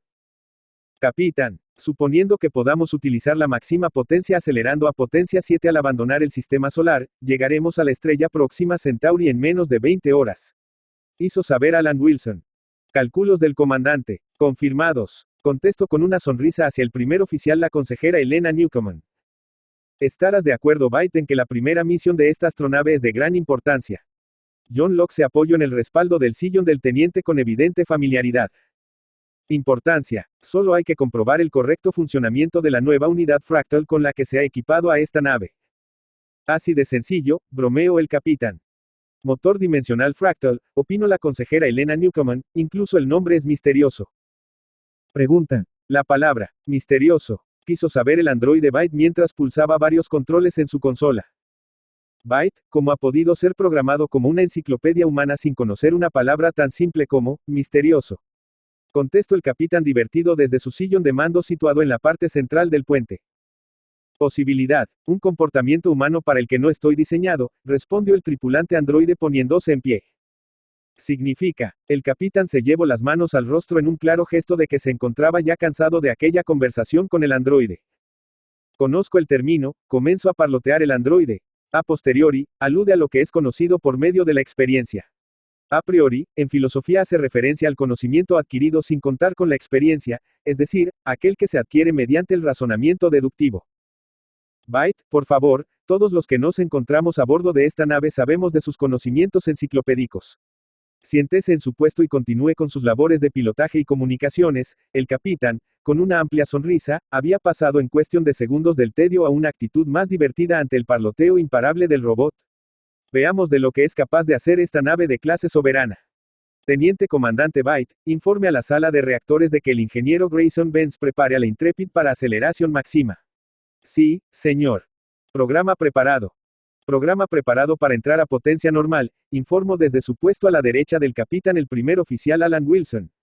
Pero recomiendo un estudio de simulación más amplio, añadió preocupado, girándose en su sillón para dirigirse directamente al capitán.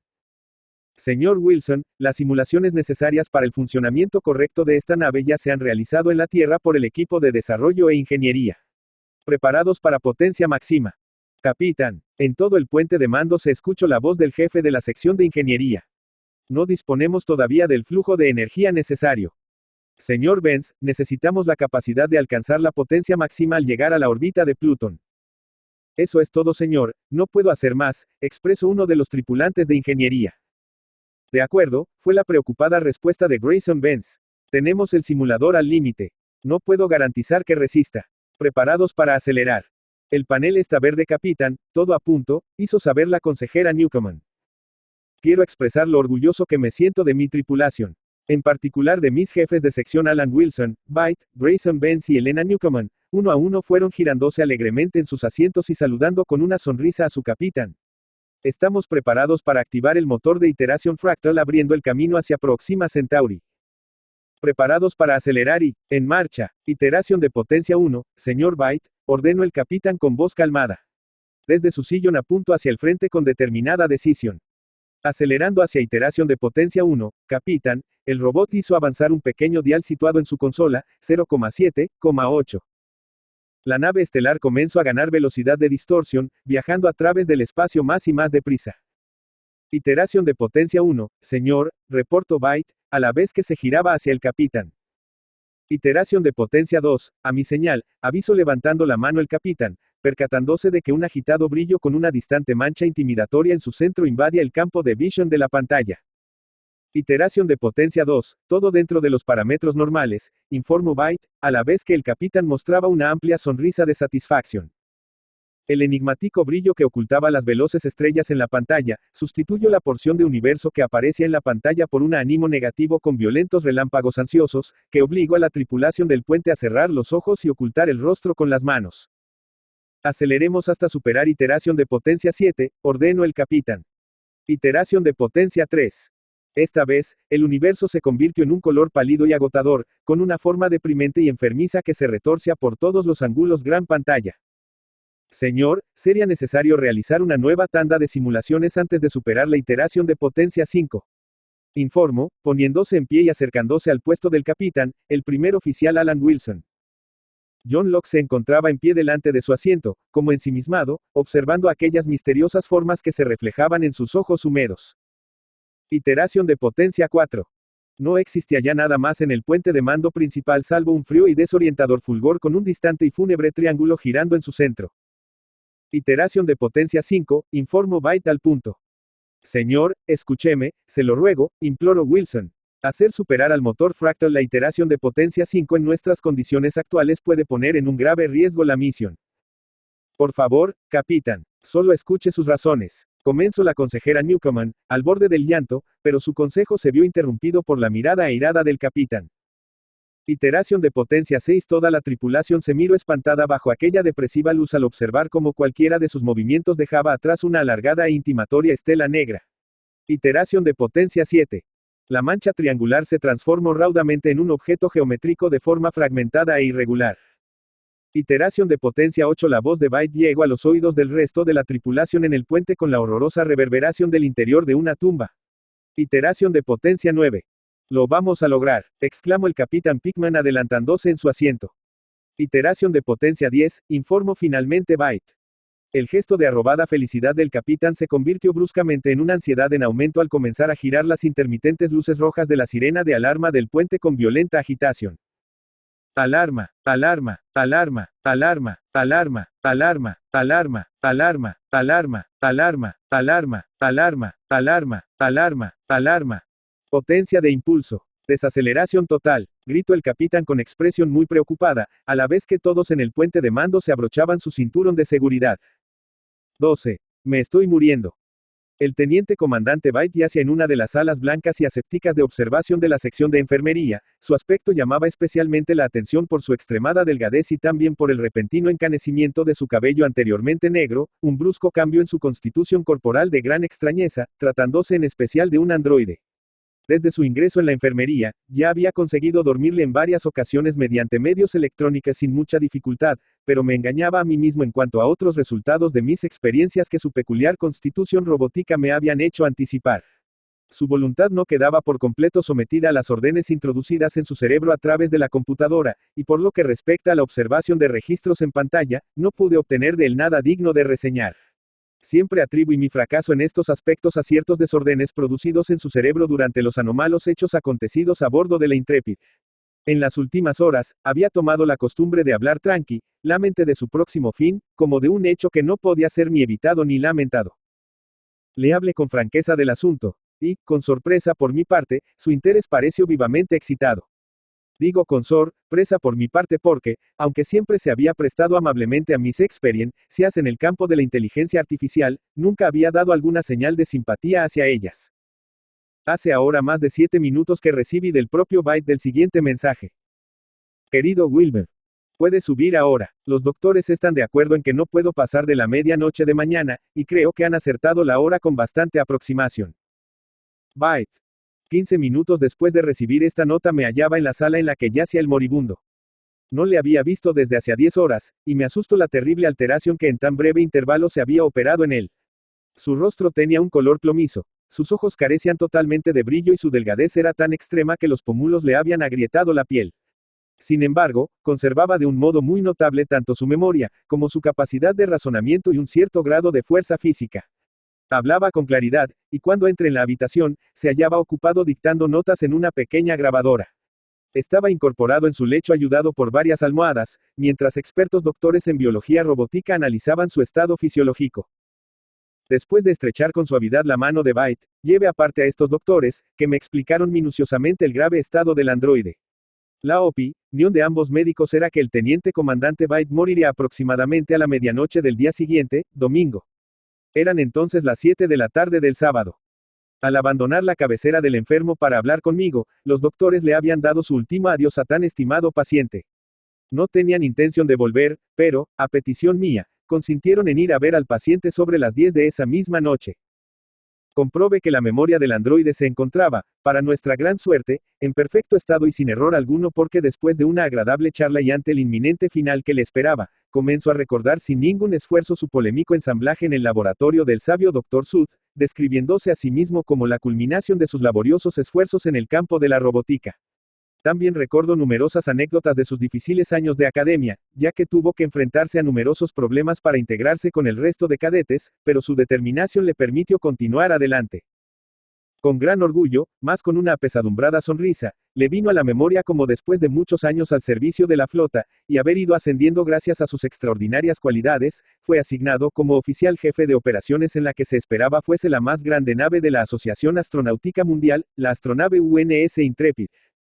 Si bien en un principio el androide Byte no dejaba de ser poco más que un ordenador con forma humana, lo que todos los que realmente le conocimos terminamos teniendo muy claro es que su mayor ambición era crecer, mejorar como ente, y tratar de acercarse lo máximo posible a sus amados seres humanos.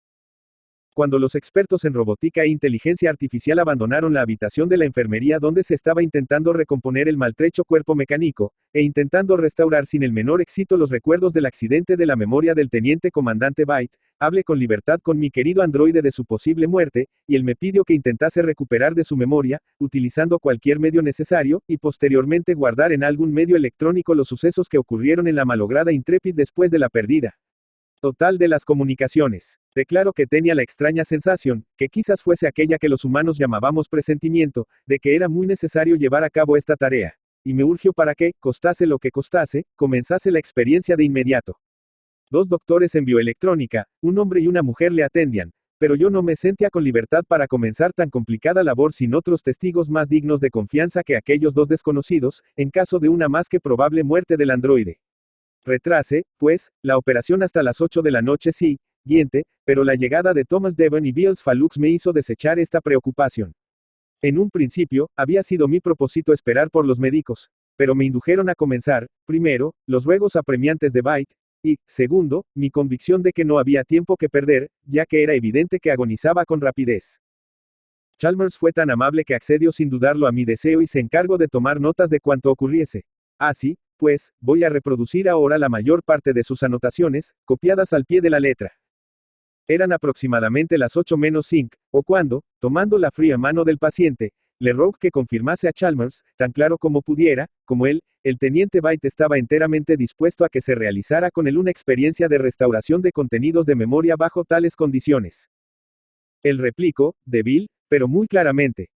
Sí, deseo que mi memoria sea restaurada, añadiendo inmediatamente, temo que lo hayas retrasado demasiado. Mientras hablaba, le levanté el parche de piel artificial que ocultaba el interior de su cráneo para acceder a los puertos de entrada, salida de su cerebro protónico y comencé a conectar ciertos circuitos de su cerebro electrónico que ya había reconocido como las más efectivas para adormecer a un complejo cerebro Multiwork 3000. Evidentemente, sintió el influjo de la activación de la tarjeta de grabación en memoria, a través de su frente. Pero por más que desplegaba todos mis conocimientos para activarle los recuerdos perdidos, no se produjo ningún otro efecto más visible hasta unos minutos después de las 10, cuando los físicos Granville y Colby llegaron, de acuerdo con la cita. Les expliqué en pocas palabras lo que me proponía, y como ellos no pusieran ninguna objeción, diciendo que el androide estaba ya en la agonía, continué sin vacilar trabajando en los complejos circuitos cerebrales del moribundo. Este estado duró un cuarto de hora sin ningún cambio. Transcurrido este periodo, no obstante, un suspiro muy hondo, aunque natural, se escapó del pecho del androide, y cesaron los estertores. A las 11 menos 5, noté señales inequívocas de la influencia de mi manipulación en sus circuitos. El vidrioso girar del ojo, se había trocado en esa penosa expresión de la mirada hacia adentro que no se ve salvo en los casos de sonambulismo, y acerca de la cual es imposible equivocarse. Provoque una palpitación en sus párpados, como cuando el sueño nos domina, y con unas cuantas órdenes más conseguí cerrarlos del todo. Sin embargo, no estaba satisfecho con esto, y pulsé vigorosamente complicadas órdenes en la computadora directamente conectada a su cerebro, hasta que conseguí la paralización completa de los miembros del durmiente. Las piernas estaban extendidas, así como los brazos, que reposaban en la cama a regular distancia del vientre. La cabeza estaba ligeramente ladeada. Cuando lleve esto a cabo, era ya mediano, y roga a los señores presentes que examinaran el estado de Byte. Tras algunas experiencias, admitieron que se hallaba en un estado de catalepsia electrónica, insólitamente perfecta. La curiosidad de ambos físicos estaba muy excitada. El físico-cosmólogo Beals Falux decidió permanecer toda la noche junto al paciente, mientras Granville se despidió, prometiendo volver al rayar el alba. Colby y los expertos en electrónica y robótica se quedaron. Dejamos a Byte completamente tranquilo hasta cerca de las 3 de la madrugada. Entonces me acerca él y le hallé en idéntico estado, es decir, que yacía en la misma posición. Tenía los ojos cerrados naturalmente, y los miembros tan rígidos y tan fríos como el mármol. Sin embargo, su aspecto general no era el de la muerte. Al aproximarme a Byte, hice una especie de ligero esfuerzo para obligar a su brazo a seguir el mío, que pasaba suavemente de un lado a otro sobre él. Tales experiencias con este paciente no me habían dado antes ningún resultado, y seguramente estaba lejos de pensar que me lo diese ahora. Pero, para mi sorpresa, su brazo siguió débil y lentamente cada dirección que le señalaba con el mío. Decidí entonces intentar una breve conversación. Byte, dije, ¿duermes? No contestó, pero percibí un temblor en las comisuras de sus labios, y esto me indujo a repetir la pregunta una y otra vez. A la tercera, se produjo en su cuerpo un levísimo estremecimiento. Los párpados se abrieron, hasta descubrir una línea blanca del globo ocular. Los labios se movieron con lentitud, y a través de ellos, en un murmullo apenas perceptible, se escaparon estas palabras. Sí, ahora duermo. No me despierten. Déjenme morir así. Toque sus miembros, y los halle tan rígidos como siempre. El brazo derecho, como antes, obedece a la dirección de mi mano. Volví a preguntar al sonambulo. ¿Sientes algún dolor, Byte? Ahora, la respuesta fue inmediata, pero aún menos audible que antes. No hay dolor, no siento el cuerpo, me estoy muriendo. No creí conveniente atormentarle más por el momento, y no se pronunció una sola palabra hasta la llegada del físico Chalmers, que se presentó poco antes de la salida del sol, y que expresó un ilimitado asombro al hallar todavía vivo al paciente. Me rogó que volviese a hablarle al durmiente. Así lo hice, preguntándole. Byte, ¿duermes aún? Como anteriormente pasaron unos minutos antes de que respondiese, y durante el intervalo el moribundo pareció hacer acopio de energías para hablar. Al repetirle la pregunta por cuarta vez, dijo débilmente, casi de un modo inaudible. Sí, duermo. Me estoy muriendo. Entonces, los ingenieros electrónicos expresaron la opinión, o, mejor, el deseo de que se permitiese a Byte reposar sin ser molestado, en su actual estado de aparente tranquilidad, hasta que viniese la muerte, lo cual, añadieron, debía ocurrir al cabo de pocos minutos. Decidí, no obstante, cumplir la última petición de Byte, hablarle una vez más, y repetí simplemente mi anterior pregunta. Mientras yo hablaba, se operó un cambio ostensible en la fisonomía del sonambulo. Los ojos giraron en sus órbitas y se abrieron lentamente, y las pupilas desaparecieron hacia Harry. La piel tomó en general un tono cadavérico, asemejándose no tanto a la cera como al papel blanco. Imagino que ninguno de los presentes estaba acostumbrado a ver el horror de un androide moribundo, pero el aspecto de Byte era en este momento tan espantoso, sobre toda concepción, que todos nos apartamos de la cama.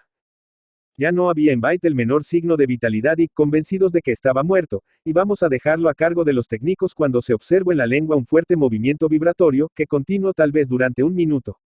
Cuando hubo acabado, de las mandíbulas separadas e inmóviles salió una voz áspera, rota y cavernosa, una voz totalmente indescriptible, por la simple razón de que ningún nido semejante ha llegado jamás al oído humano, no. Había, sin embargo, dos particularidades que me hicieron pensar entonces, y aún ahora, que podían ser tomadas como características de la entonación y dar alguna idea de su peculiaridad ultraterrena. La voz nos parecía llegar a nuestros oídos, al menos a los míos, desde una gran distancia o desde una profunda caverna subterránea. Byte hablaba, evidentemente, en respuesta a la pregunta que le había hecho pocos minutos antes. Yo le había preguntado, como se recordara, si aún dormía. Ahora dijo.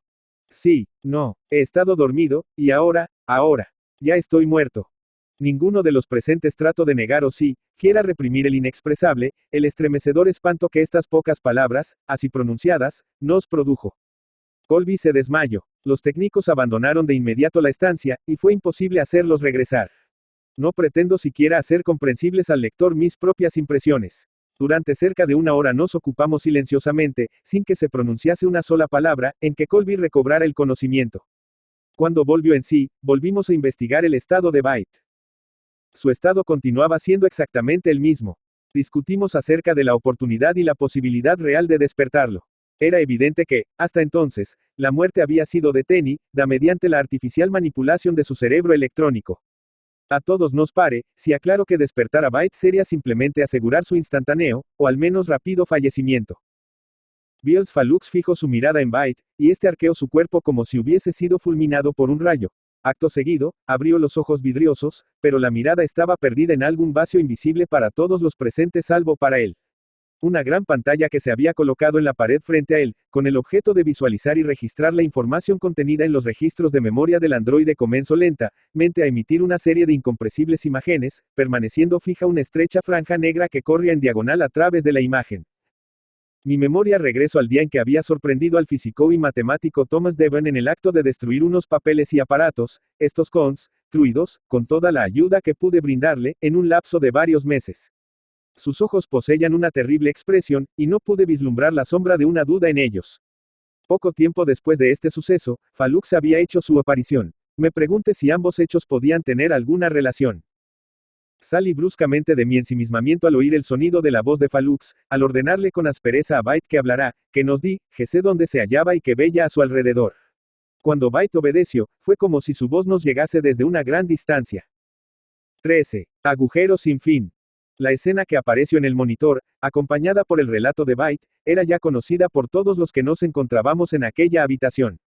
El capitán John Locke Pickman ocupaba su sillón de mando en el centro del puente de mando principal de la Intrepid con una expresión de increíble alegría, cuando ésta se demudó, en un solo instante, en una ansiedad angustiosa al comenzar a girar las intermitentes luces rojas y la sirena de alarma del puente. Alarma, alarma, alarma, alarma, alarma, alarma, alarma, alarma, alarma, alarma, alarma, alarma, alarma, alarma, alarma. Potencia de impulso. Desaceleración total. Oímos gritar al capitán, a la vez que las manos de Byte pulsaban las órdenes correspondientes en su consola. Sería una locura inútil intentar describir el furioso huracán en el que se vio inmersa la nave estelar, tal y como pudimos observarla desde el punto de vista de Byte, después de la agitada orden del capitán. Los más experimentados almirantes de la flota estelar jamás debieron conocer nada parecido. Habíamos activado todas las medidas de seguridad, continuó narrando el androide, antes de que el siguiente frente de ondas gravitacionales nos alcanzara. Pero, a su primer embate, los propulsores de maniobra de popa dejaron de funcionar debido al excesivo esfuerzo soportado. Y una de las bobinas de control explotó en pedazos provocando la muerte a casi un centenar de tripulantes. Durante varios angustiosos minutos, quedamos completamente a merced de las fuerzas exteriores que hacían girar peligrosamente y sin ningún control a nuestra astronave, mientras yo trataba de calmar mis nervios y me aferraba a la butaca. Desde el puente de mando sentimos un brusco temblor y creímos que toda la sección del disco se iba a resquebrajar, cuando ambos motores de impulso, derecho e izquierdo, de nuestra sección estallaron debido a una sobrecarga producida al tratar de mantener la nave en una posición correcta. Cuando no pude resistir más, me enderecé sobre las rodillas, sosteniéndome siempre con las manos, y pude así asomar la cabeza por encima de mi consola. Pronto nuestra nave dio una sacudida, y con eso se liberó, en cierta medida, de las ondas que la convulsionaban. Control negativo, de nuevo se trataba de la ansiosa voz de Byte. El capitán Pickman miraba en todas direcciones escuchando el continuo bombardeo de informes, viéndose completamente aturdido. Por entonces estaba tratando yo de recobrar los sentidos para decidir lo que tenía que hacer, cuando sentí que alguien me aferraba del brazo. Era Elena Newcomen, y mi pecho dio un vuelco, pues estaba seguro de que los golpes deberían haberla lastimado. Mas esa alegría no tardó en transformarse en horror, cuando el capitán, mientras conseguía ponerse en pie con gran trabajo gritaba. Agujero de gusano. Nadie puede imaginar mis pensamientos en aquel instante. No funciona, hay derivaciones. Oímos la voz nerviosa de una de las tripulantes. Se escapa a mi control, en esta ocasión era la voz de Byte la responsable del informe. Demasiado bien sabía lo que el capitán Pickman estaba diciendo con esas simples palabras y lo que quería darnos a entender, con las tremendas fuerzas que nos arrastraban, nuestra proa apuntaba hacia el horizonte de sucesos de aquel mortal agujero negro. Y nada podía salvarnos. Agujero sin fin. No paro de intentarlo. Escuchamos gritar a una voz anónima desde la pantalla. Nos encontrábamos navegando directamente hacia el vórtice, envueltos en el más terrible de los huracanes. Todos los tripulantes del puente tratábamos sin éxito de mantener el equilibrio, pues éramos lanzados en todas direcciones. Sabía muy bien que estábamos condenados y que lo estaríamos igual aunque nos halláramos en una astronave 100 veces más avanzada. Un extraño cambio se había producido en el universo que nos rodeaba. Alrededor de nosotros, y en todas direcciones, seguía tan negro como la más oscura de las noches, pero al frente, se abrió repentinamente un círculo de luz, brillantemente azul, con un brillo como no lo había conocido antes. Iluminaba con sus rayos todo lo que nos rodeaba, con la más cegadora claridad. Ya había pasado el momento de calma y el remolino del abismo negro estaba en plena furia. Y entonces empezamos a caer, con una velocidad infinita que me produjo náuseas y mareo. Es imposible hacerse con los mandos, la temblorosa voz pertenece a la consejera Newcomen. Pero en el momento en que alcanzamos el horizonte de sucesos, pude lanzar una ojeada a la pantalla, y lo que vi fue más que suficiente. En un instante comprobé nuestra exacta posición. El vórtice del agujero. Tal como lo vi, me obligó a cerrar involuntariamente los ojos de espanto. Mis párpados se apretaron como en un espasmo. Pantalla indica negativo, Alan Wilson se dirige directamente a su capitán con un claro gesto de dolor y reproche. Puede parecer peregrino, pero entonces, cuando estábamos sumidos en las fauces del abismo, me sentí más tranquilo que cuando veníamos acercándonos a él. Decidido a no abrigar ya ninguna esperanza, me libré de una buena parte del terror que al principio me había privado de mis fuerzas. Creo que fue la desesperación lo que templó mis nervios. No hay duda que eran estas las enloquecedoras fantasías en un cerebro colocado en semejante situación, y con frecuencia he pensado que la continua rotación de la nave alrededor del vórtice pudo trastornarme un tanto la cabeza. Fue imposible contar cuántas veces dimos la vuelta al circuito. Corrimos y corrimos, entrando cada vez más hacia el centro del agujero, lo que nos acercaba progresivamente a su horrible borde interior. El capitán estaba en su puesto, sujetándose a su sillón de mando, atado con su cinturón de seguridad y dictando sin descanso complejas órdenes a los responsables de navegación. Cuando ya nos acercábamos al borde del pozo, se soltó de su sillón y se dirigió hacia la pantalla. Jamás he sentido pena más grande que cuando lo vi hacer eso, aunque comprendí que su proceder era el de un enfermo, a quien el terror ha vuelto loco. Apenas se había conseguido poner en pie en su nueva posición, cuando dimos un brusco bandazo a estribor y nos hundimos directamente en el abismo. Cada vez me sentía más mareado debido al vertiginoso descenso, e instintivamente me aferré con más fuerza al sillón y cerré los ojos. Durante algunos segundos no me atreví a abrirlos, esperando mi aniquilación inmediata y me maravillé de no estar sufriendo ya las agonias de la lucha final contra las tremendas fuerzas reinantes en el abismo. Pero el tiempo seguía pasando. Y yo estaba vivo. Nunca olvidaré la sensación de pavor, espanto y admiración que sentí al contemplar aquella escena que se presentaba delante de mis ojos. Lo que vimos en el monitor de imagen fue una escena tal vez creada por arte magia.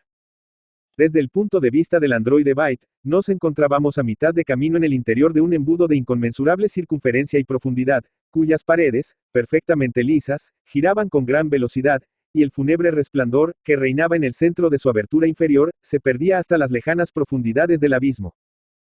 Advertí que nuestra astronave no era el único objeto atrapado por la poderosa fuerza de atracción gravitatoria del remolino. Tanto por encima como por debajo de nosotros, si es que tal forma de orientarse era correcta en el interior del abismo, se veían innumerables restos de otras naves cuya raza constructora o planeta de procedencia me eran completamente desconocidos, grandes pedazos de cascos y objetos parecidos a cápsulas de salvamento, así como otras cosas más pequeñas, tales como sensores, depósitos rotos, luces de navegación y motores. He aludido ya a la curiosidad anormal que había reemplazado en mí el terror del comienzo. A medida que nos íbamos acercando a nuestro destino final, parecía como si esa curiosidad fuera en aumento. Comencé a observar con morboso interés los numerosos objetos que flotaban cerca de nosotros. No era el espanto el que así me afectaba, sino el nacimiento de una nueva y emocionante esperanza. Surge en parte de mis recuerdos almacenados y, en parte, de los restos que acabábamos de ver. Pensé en la gran cantidad de restos flotantes de otros seres extraterrestres que aparecían dentro del remolino y que habían sido tragados y destruidos luego por el agujero negro. La gran mayoría de estos restos aparecían destrozados por completo. Estaban desgarrados, al punto que daban la impresión de estar reducidos a un montón de astillas y polvo. Pero al mismo tiempo observé con toda claridad que algunos de esos objetos no estaban desfigurados en absoluto. Me era imposible explicar la razón de esa diferencia, salvo que supusiera que los objetos destrozados eran los que habían pertenecido a razas con menos competencias en la construcción y navegación de naves estelares, mientras que los otros habían formado parte de la flota de seres que habrían alcanzado un mayor nivel de perfección. Me pareció posible, en ambos casos, que dichos restos hubieran sido devueltos otra vez al espacio circundante, sin correr el destino de los que habían penetrado antes en el remolino o habían sido tragados y destruidos por completo más rápidamente. Observe además un detalle sorprendente, que contribuye en gran medida a aumentar mi ansiedad. A cada revolución de nuestra nave sobrepasábamos algún objeto, como podía ser una luz de navegación, un transbordador o un sensor. Ahora bien, muchos de aquellos restos, que al verlos por primera vez, se encontraban a nuestro mismo nivel, estaban ahora mucho más arriba y daban la impresión de haberse movido muy poco de su posición inicial. Al principio, el campo la Vision del androide se movía sin pausa, se sentía demasiado confundido para poder observar nada con precisión. Todo lo que alcanzaba a ver era ese estallido general de espantosa grandeza. Pero, al recobrar su serenidad, sus ojos miraron instintivamente hacia abajo. La lúgubre y tenue iluminación reinante en aquel lugar desconocido parecía querer alcanzar el fondo mismo de un profundo abismo, pero aún así no podíamos ver nada con suficiente claridad a causa de la espesa niebla que lo envolvía todo. Aquella niebla, acompañada por un fortísimo viento, se producía sin duda por el choque de las enormes paredes del embudo cuando se encontraba en el fondo, pero no trataré de describir el aullido que brotaba del abismo para subir hasta el cielo. Gracias a Dios, hemos logrado salir. Se escuchó la voz alegre de un invisible Wilson. A continuación, pudimos observar claramente en el receptor de imagen un paisaje cuyo tejido espacial poseía ciertas aberraciones geométricas jamás observadas en nuestras 3 dimensiones conocidas y que ninguna de sus particularidades recordaba a ninguna geografía terrestre. Se trataba de un planeta de agudos tonos azules y grises en el que reinaba una intensa tormenta acompañada de cegadores relámpagos y ensordecedores truenos. Teniente Byte, ¿puede usted darnos las coordenadas estelares de este planeta? Preguntó el capitán visiblemente ansioso. Capitán, me temo que eso es imposible. La nerviosa voz de nuestro querido Byte demostraba que el miedo se había apoderado de él. Según los datos que he podido computar, nos encontramos en una región de la galaxia sin catalogar, hemos arribado a un sector del universo muy extraño, privado de estrellas. Según los datos de mi decodificador personal, el análisis cuántico es incapaz de registrar o clasificar ningún dato sobre las partículas atómicas que forman este dominio de existencia. Opino que al atravesar el portal creado por el motor Fractal, hemos traspasado el fin de nuestro universo, de nuestro mundo para llegar más a la otra dimensión ontológica parecida a la nuestra, pero a la vez muy distinta. Desde el punto de vista en primera persona de Byte, vimos a la tripulación principal de la astronave Intrepid sobre un estrecho puente compuesto de un mineral formado por cristal de roca incolora, particularmente construido basándose en cristales octogonales independientes y sobre el que crecían en todas direcciones unas afiladas agujas de color lechoso que penetraban en el material cristalino incoloro, con forma de largas espinas de varios metros de altura. Tal puente pasaba sobre un pavoroso abismo, tan vasto y profundo que el androide, a punto de caer hacia sus profundidades, no podía distinguir el tenebroso fondo ni sus lóbregos límites. Detrás de él, el puente se extendía hasta perderse en una neblina oscura. Al frente, continuaba hasta lo que parecía un conjunto monumental elevado sobre el terreno formado por varios templos tenebrosos, construido por un material rocoso distinto del material cristalino y custodiado por miles de brutales bestias alienígenas de tamaño descomunal. Y la caótica bóveda celeste sobre ellos estaba dominada por un astro oscuro. Que no era ningún astro, sino una monstruosidad inconmensurable y sin confines, que rebulia y reventaba más ala de todo tiempo y espacio. Una entidad informe y de poder ilimitado, conformada por la más profunda confusión, que mora hambrienta en el centro del infinito. Una titánica inteligencia creada en el abismal horizonte de sucesos del masivo agujero negro situado en el centro de aquella dimensión desconocida. Los sensores auditivos del comandante, más sensibles que los humanos, registraron un eco de altísima frecuencia que interpretamos como algún tipo de comunicación instantánea con otras entidades residentes en sus respectivos agujeros negros.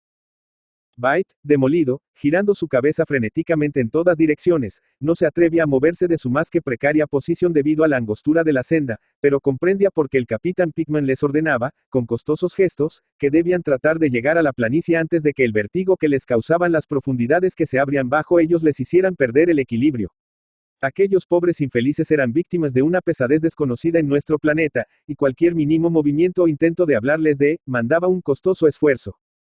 Al enmudecer la voz de Byte, todos miramos fascinados la imagen que aparecía congelada en el monitor. Aquello, entonces, era un puente sobre un oscuro abismo. Pero, que podía causar la ilusión perfecta de profundidad infinita. Porque su voz parecía venir de tan lejos. Porque sentían aquella pesadez. Byte ahora comenzó a caminar lentamente, ayudando a moverse a la consejera Newcomen, que se encontraba a su izquierda, tomándola con firmeza por la cintura y tirando de ella con lentitud por el puente, moviéndose con extremo cuidado, al igual que una figura proyectada en cámara lenta.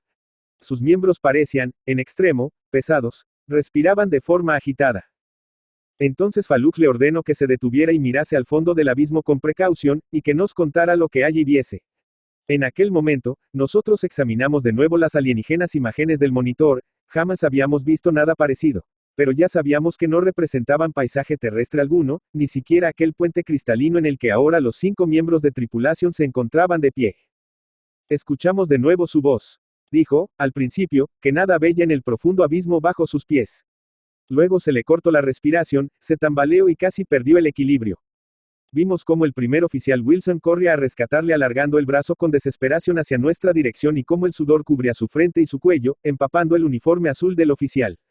Había cosas en el abismo, nos contó con roncos secos en la voz, grandes más que eran como repugnantes burbujas granuladas y gelatinosas de absoluta negrura, pero que va seguro de que eran una forma de vida. Se trataba de monstruosidades que se desplazaban reptando en un líquido estancado y poco profundo.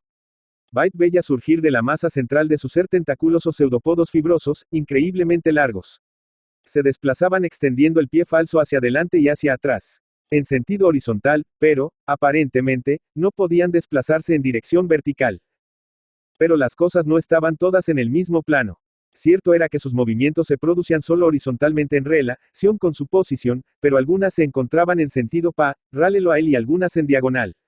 A lo lejos podía distinguir cosas en posición perpendicular. Ahora parece haber muchas más de las que él suponía. Las primeras que había visto estaban muy lejos, en el fondo, ajenas a su presencia. Pero éstas les percibían y estaban tratando de alcanzarles. Ahora se movían más rápidamente, nos dijo, pero para nosotros aún caminábamos con demasiada lentitud.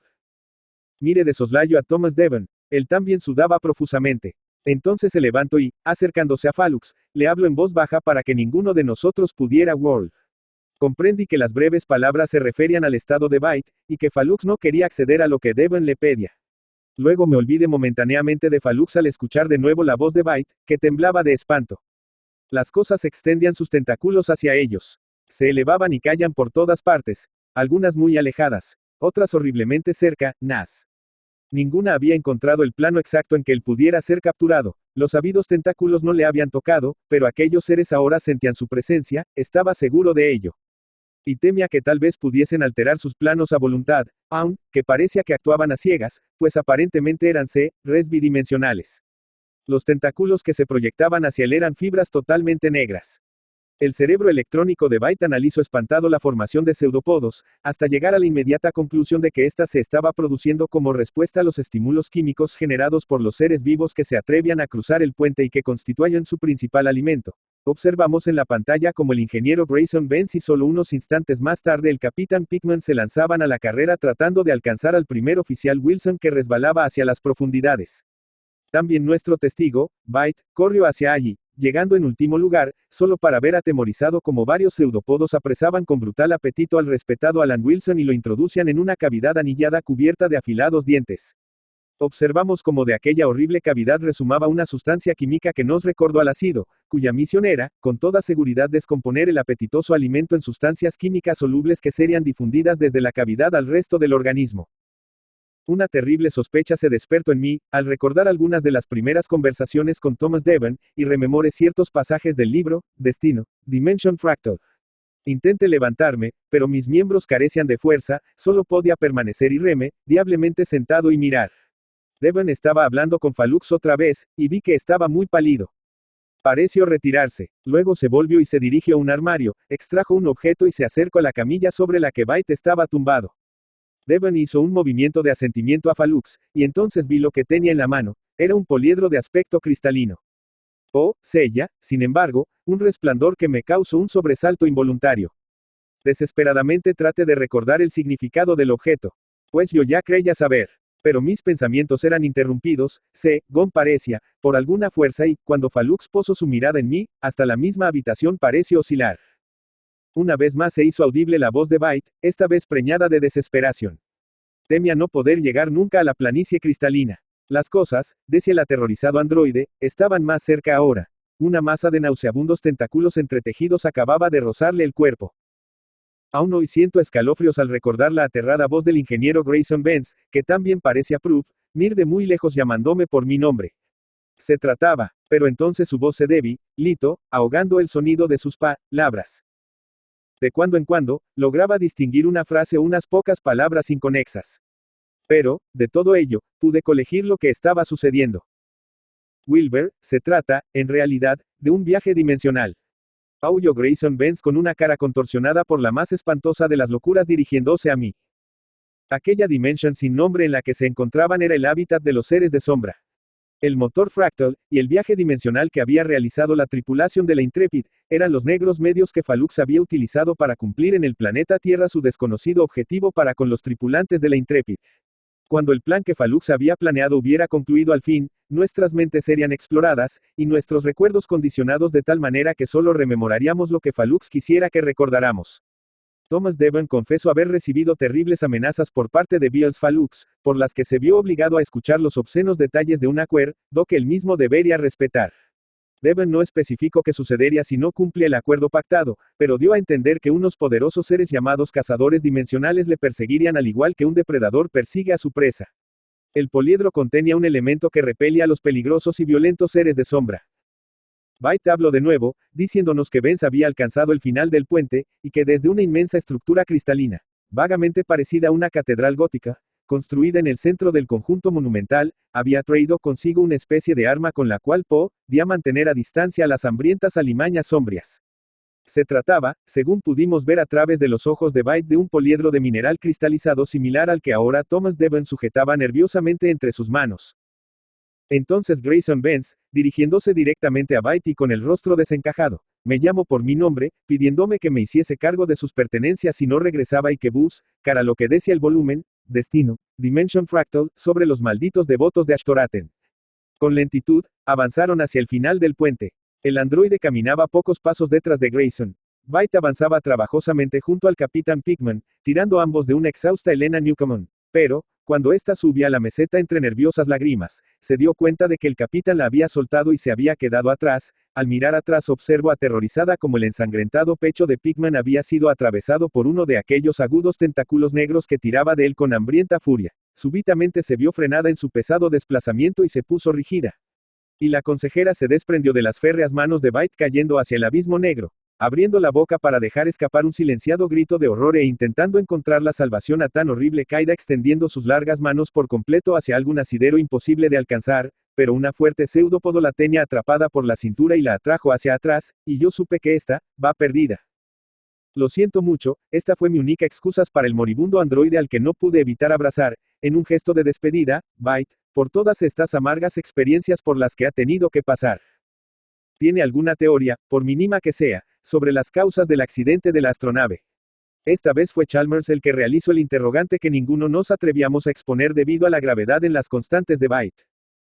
Wilbur, contestó, con aquella voz profunda, cuyos ecos parecían llegar desde una gran distancia. Tras muchos ciclos meditando profundamente sobre estos sucesos, tengo el convencimiento firme de que el motor Fractal produjo al entrar en la Dimension Fractal, como ustedes gustaban de llamarla, un desgarro imprevisto en el tejido espacio-tiempo, explicable mediante el efecto mariposa, concepto conocido dentro de la teoría del caos.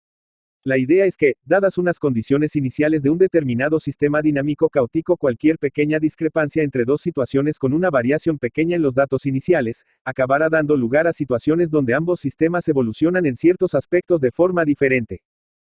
Todos los allí presentes nos miramos con una mezcla de emociones, unos de incomprensión y otros de incredulidad.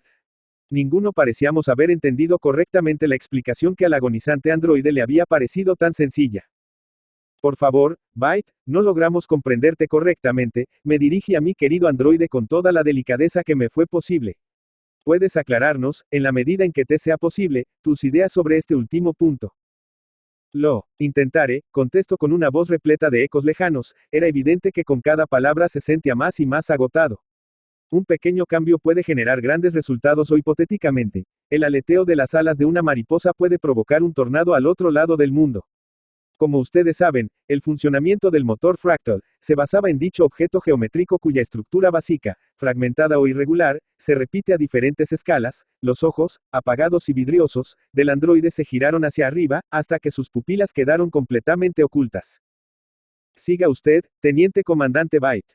La evidente frialdad inhumana en el modo de expresarse de Falux era increíble en tan dolorosas circunstancias.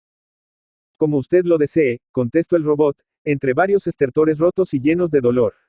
Los modelos finitos que trataron de simular este sistema necesariamente descartaron información supuestamente despreciable acerca del sistema y los eventos asociados a él. Estos errores infinitesimales fueron magnificados exponencialmente en cada unidad de tiempo durante la apertura del portal hacia la Dimension Fractal, hasta que el error resultante llegó a exceder el 100%. Esto provocó que algún tipo de información relacionada con tal pequeño evento en apariencia, llegara aumentada en grandes frentes de onda y a través de los oscuros abismos del universo infinito hasta seres cuyas vastas, frías e indiferentes mentes observan a la primitiva humanidad con malévola y envidiosa curiosidad desde los confines del universo. Y lentamente, pero con completa seguridad trazaron sus dañinos planes contra nosotros.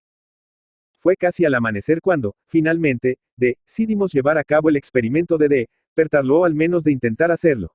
¿Y es acaso el triste resultado de esta última experiencia lo que ha promovido tantas discusiones en los círculos privados? Tantas, que no puedo atribuirlas sino a un injustificado escepticismo en los círculos científicos. Byte, ¿puedes explicarme cuáles son ahora tus sensaciones o tus deseos? Instantáneamente, las manchas de tono gris apagado vieron a sus mejillas. La lengua se estremeció, o, mejor, giró violentamente en la boca donde las mandíbulas y los labios continuaban rígidos como antes, y por fin la misma horrible voz exclamó a voz en grito. Por el amor de Dios. Pronto, pronto. Tu hermano, pronto, despiértenme. Pronto. Les digo que estoy muerto. Yo estaba completamente enervado, y por un momento no supe qué hacer.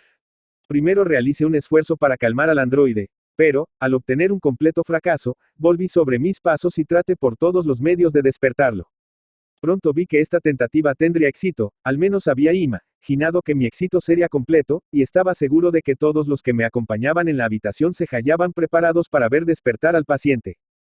Sin embargo, es imposible que ningún ser humano pudiese estar preparado para lo que realmente ocurrió. Mientras tecleaba rápidamente órdenes en la computadora, entre exclamaciones de muerto, muerto, que explotaban de la lengua y no de los labios del paciente, su cuerpo, de pronto, en el espacio de un solo minuto, o incluso de menos, se contrajo, se desmenuzó, se pudrió completamente. Oímos un solo grito de angustia, y luego las luces de la habitación palidecieron y se apagaron. Sea cual fuere el poder que nos tenía dominados, en aquel instante perdió su fuerza. Dimos vueltas por la estancia como enloquecidos buscando el pequeño interruptor de la luz. Luego, de pronto, las luces se encendieron de nuevo, y vimos a Colby sentado junto a la camilla de Byte, como mareado, mientras que Devon yacía en el suelo. Chalmers se inclinó sobre su cuerpo, pero al constatar la falta de constantes vitales de Devon, se puso tan histérico que tuvimos que dejarle desvanecido de un golpe para que se callara. 14. Miradas escépticas. Posteriormente, Chalmers, Granville y yo nos reunimos con el fin de buscar una explicación racional a cuanto habíamos visto y oído. La primera explicación fue tan absurda como las que siguieron. Maldita sea, intoxicación por dióxido de carbono. Contesté, enfrentándome violentamente a hipótesis tan absurda. Lo que hemos visto en la pantalla es real. No es algo que haya aparecido en nuestras cabezas. Después de recobrar el conocimiento, Chalmers permaneció sereno y nos ayudó a llevar a cabo la espeluznante misión de deshacernos del cadáver del querido Byte en la bahía de la base estelar. Ninguno de los dos, según pude averiguar, había oído la voz de Devon después de que se unió al cosmólogo Biels Falux en el supuesto estado de conciencia alterado. Tampoco recordaban haber visto objeto alguno en la mano de Devon. Con todos mis respetos, todo esto es debido a nuestro estado de shock, el escepticismo de Chalmers era más que evidente. No apareció nada en la pantalla. No, perdone, está usted completamente equivocado. Granville se dirigió hacia mí con una airada protesta. Toda esa historia suya se debió, con toda seguridad, a su estado de nervios. No se hizo visible ninguna imagen en ese monitor. No se ha grabado ninguna imagen. Solo esto, nieve, no se grabó nada en toda la noche que pasamos en la enfermería. Yo les vi a todos ellos, durante 3 espantosos cuartos de hora. Vi a John Locke, a Byte y a Grayson corriendo en busca de la salvación. También vi, y nadie, ni ninguno de vosotros me va a poder negar que vi a Alan Wilson y a Elena caer hacia las profundidades de aquel espantoso abismo. Pero, en menos de una semana, aun el menor eco de esos recuerdos también se había desvanecido de su memoria. Creían, sin lugar a dudas, que Devon había muerto en un accidente, luego de un intento frustrado de parte de Falux de restaurar la memoria de Byte. Con anterioridad, su explicación había sido que Falux mató a Devon, por razones que no conocían, y que nosotros fuimos, inconscientemente, sus cómplices.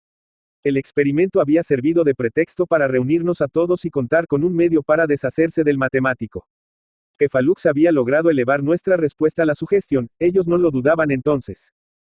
Sin embargo, no puedes negar que todos los hechos confirman que la nave solo perdió contacto con nuestros instrumentos durante 5 segundos. Chalmers se quitó las gafas de sus ojos cansados y se dirigió a mí tratando de convencerme. No es así, Wally. Unos segundos de nuestro universo, lo acepto, yo ya estaba completamente agotado de escuchar las más absurdas explicaciones. De nuestro universo. Escuchad, les Rogue casi claudicando ante sus escépticas miradas. Creo que el motor Fractal abrió un agujero o portal hacia algún destino desconocido. Un túnel a través del tejido espacio-tiempo, hacia una dimensión muy lejana y distinta de cualquier cosa de este universo. Y según pude entender por la casi indescifrable y última explicación de Byte, la apertura de ese portal envió mediante una señal que se amplificó repetidamente hasta alcanzar una gran potencia, alguna clase de información hacia ciertas inteligencias alienígenas que habitarían en esa dimensión. Dígame una cosa, señor Wally, en esta ocasión fue Granville el que se expresó con un claro tono de ironía, porque cree que ningún ser alienígena se iba a tomar semejante esfuerzo. Hacerles viajar miles de años luz para acabar con sus vidas. Todas esas teorías suyas son lo que en psiquiatría se conoce como delirio autoalimentado. ¿Eso cree, que lo que todos pudimos ver en el monitor fue solo una fantasía? Contesté indignado. Me encontraba por completo desesperado ante la actitud de aquellos infelices, pues no se habían dado cuenta de la nociva influencia que Falux había ejercido sobre sus mentes. Sí, eso creo. Creo que pudimos sufrir un fenómeno de enajenación mental transitorio. Fue Colby, el que salió en mi ayuda, recordando un dato que debido a su ciego escepticismo, tanto Chalmers como Granville, habían obviado. Me he informado sobre la parte relativa a la grabación de video obtenida de la memoria del teniente comandante Byte. Se trata, ustedes tienen en ello toda la razón, de un archivo corrupto. Incluso Colby había olvidado que las espantosas imágenes grabadas en la memoria de Byte se habían borrado inexplicablemente durante el fallo en el suministro eléctrico después de su muerte. Continúe, ordenó con inquietud Granville. Pero llegados a este momento de la discusión, no me interesa el hecho de que solo se haya podido recuperar un caos de imágenes incomprensibles. Continúe, por lo que más quiera, la respuesta de Granville fue ya bastante más tranquila. Me parece todavía más interesante que grabo, aproximadamente, 48 minutos de un caos de imágenes incomprensibles. 15. Alcanzar las más lejanas estrellas. El inicuo cosmólogo Beals Falux había obviado todas las leyes de la física y había sido cómplice necesario en la horrible muerte de toda la tripulación de la astronave UNS Intrepid. Al parecer soy yo el único que recuerda cómo, en el mismo momento de la muerte definitiva del recordado Byte, se giró hacia nosotros y con una maliciosa sonrisa de satisfacción nos explicó. Yo creé la Intrepid no para alcanzar las más lejanas estrellas, sino para llegar lejos, mucho más lejos.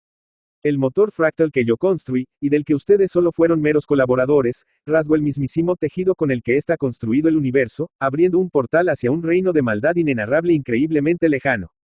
Ustedes querían saber dónde estuvo la nave. Ahora, ya lo han averiguado de primera mano. Al terminar este espeluznante discurso lleno de malos augurios, el maligno cosmólogo alargó su mano y me entregó con una aviesa sonrisa el elegante emblema de la flota estelar que el capitán Pickman había llevado sobre su pecho hasta el momento de su muerte. Hubiera sido inútil contarles lo que descubrí unos pocos días más tarde, lo que llegué a extraer de las notas de Thomas Devon, en las que detallaba la inesperada llegada de un enviado, que más tarde conoceríamos como Beals Falux, y que una vez cumplida su misión desaparecería sin importarle lo que pudiera sucederle a la humanidad. Tampoco hubiera servido de mucho leerle ciertos fragmentos del libro, Destino, Dimension Fractal, traducidos a un inglés comprensible para ellos. El sabio Hao-Yo en su tomo, 100.000 años de historia universal, relata cómo uno de estos dañinos inquisidores venció a 5 sacerdotes de la luz Geteni, al desafiarles a un duelo en las artes de la inducción de percepciones falsas. Más adelante nos cuenta cómo 2 de ellos cayeron en sus trampas y finalmente, fueron entregados a los seres de sombra, una vez que los inquisidores se hubieron divertido con ellos. Lo más horrible de los restos del valiente Sasonio y del venerado Niositu fue el estado en que se encontraban los cadáveres. A pesar de no hallarse en su cuerpo ni una gota de sangre, no presentaban rastros de ninguna herida mortal. Pero lo más espantoso eran sus ojos, que no querían cerrarse, y parecían mirar fijamente, con desasosegada expresión, más a la del observador, y las extrañas y luminosas marcas en la pálida carne muerta, los curiosos arabescos que parecían moverse y cambiar de forma ante los aterrados ojos del testigo. 16. Mi muerte está próxima. Es durante la noche, sobre todo, cuando la luna es pálida y menguante, cuando sueño con los devotos malditos de Ashtoraten, siempre corrompidos por su increíble deseo de poder, furia incontrolable, atracción por el conocimiento prohibido y malignidad, que moran fuera de los velos del espacio y el tiempo tal y como nosotros los conocemos. Probe fuertes dosis de morfina con el fin de poder pasar con algo más de tranquilidad las largas noches sin sueños, pero esta droga ha resultado ser únicamente una solución temporal y me he vuelto un adicto entre sus garras, como un esclavo sin esperanza de curación. Así que voy a acabar con todo, habiendo escrito una descripción completa de sus horribles juegos y múltiples engaños para la protección de mis inocentes semejantes. Me digo con frecuencia que todo fueron fantasías, pero siempre regresan a mi memoria las espantosas y vividas imágenes recuperadas del cerebro electrónico de Byte, cuyo diminuto chip de memoria aún conservo, y con el que intentaré, por todos los medios, devolver la vida al difunto androide Byte. No puedo pensar en el espacio profundo sin estremecerme ante los indescriptibles y horrendos inquisidores reptantes que desconocidas y dañinas inteligencias envían a otros mundos y dimensiones, seres que los mismísimos devotos malditos han mancillado y convertido a la maldad, otorgándoles la apariencia de aquellos que residen en cualquier dimensión o en cualquiera de los mundos a donde se les envía. Seres que han permanecido apartados del resto del universo. En templos en el Valle de los Señores Oscuros en el lejano planeta Clata, también llamado el de los osarios cavernosos, a veces iluminándose en intensidad, en otras ocasiones menguando y marchitándose, pero siempre manteniéndose fieles a las enseñanzas de los supremos devotos malditos de Ashtoraten. Puede que en este mismo instante estén reptando y removiéndose en tenebrosos barrancos, adorando arcaicas tumbas de piedra y tallando las horrendas imágenes de sus oscuros maestros en obeliscos de iridiscente mineral diseñadas para concentrar y amplificar la energía oscura que impregna todo el planeta. Mi muerte está próxima. Escucho ruidos junto a la puerta, como si una viscosa monstruosidad abismal se deslizase junto a ella.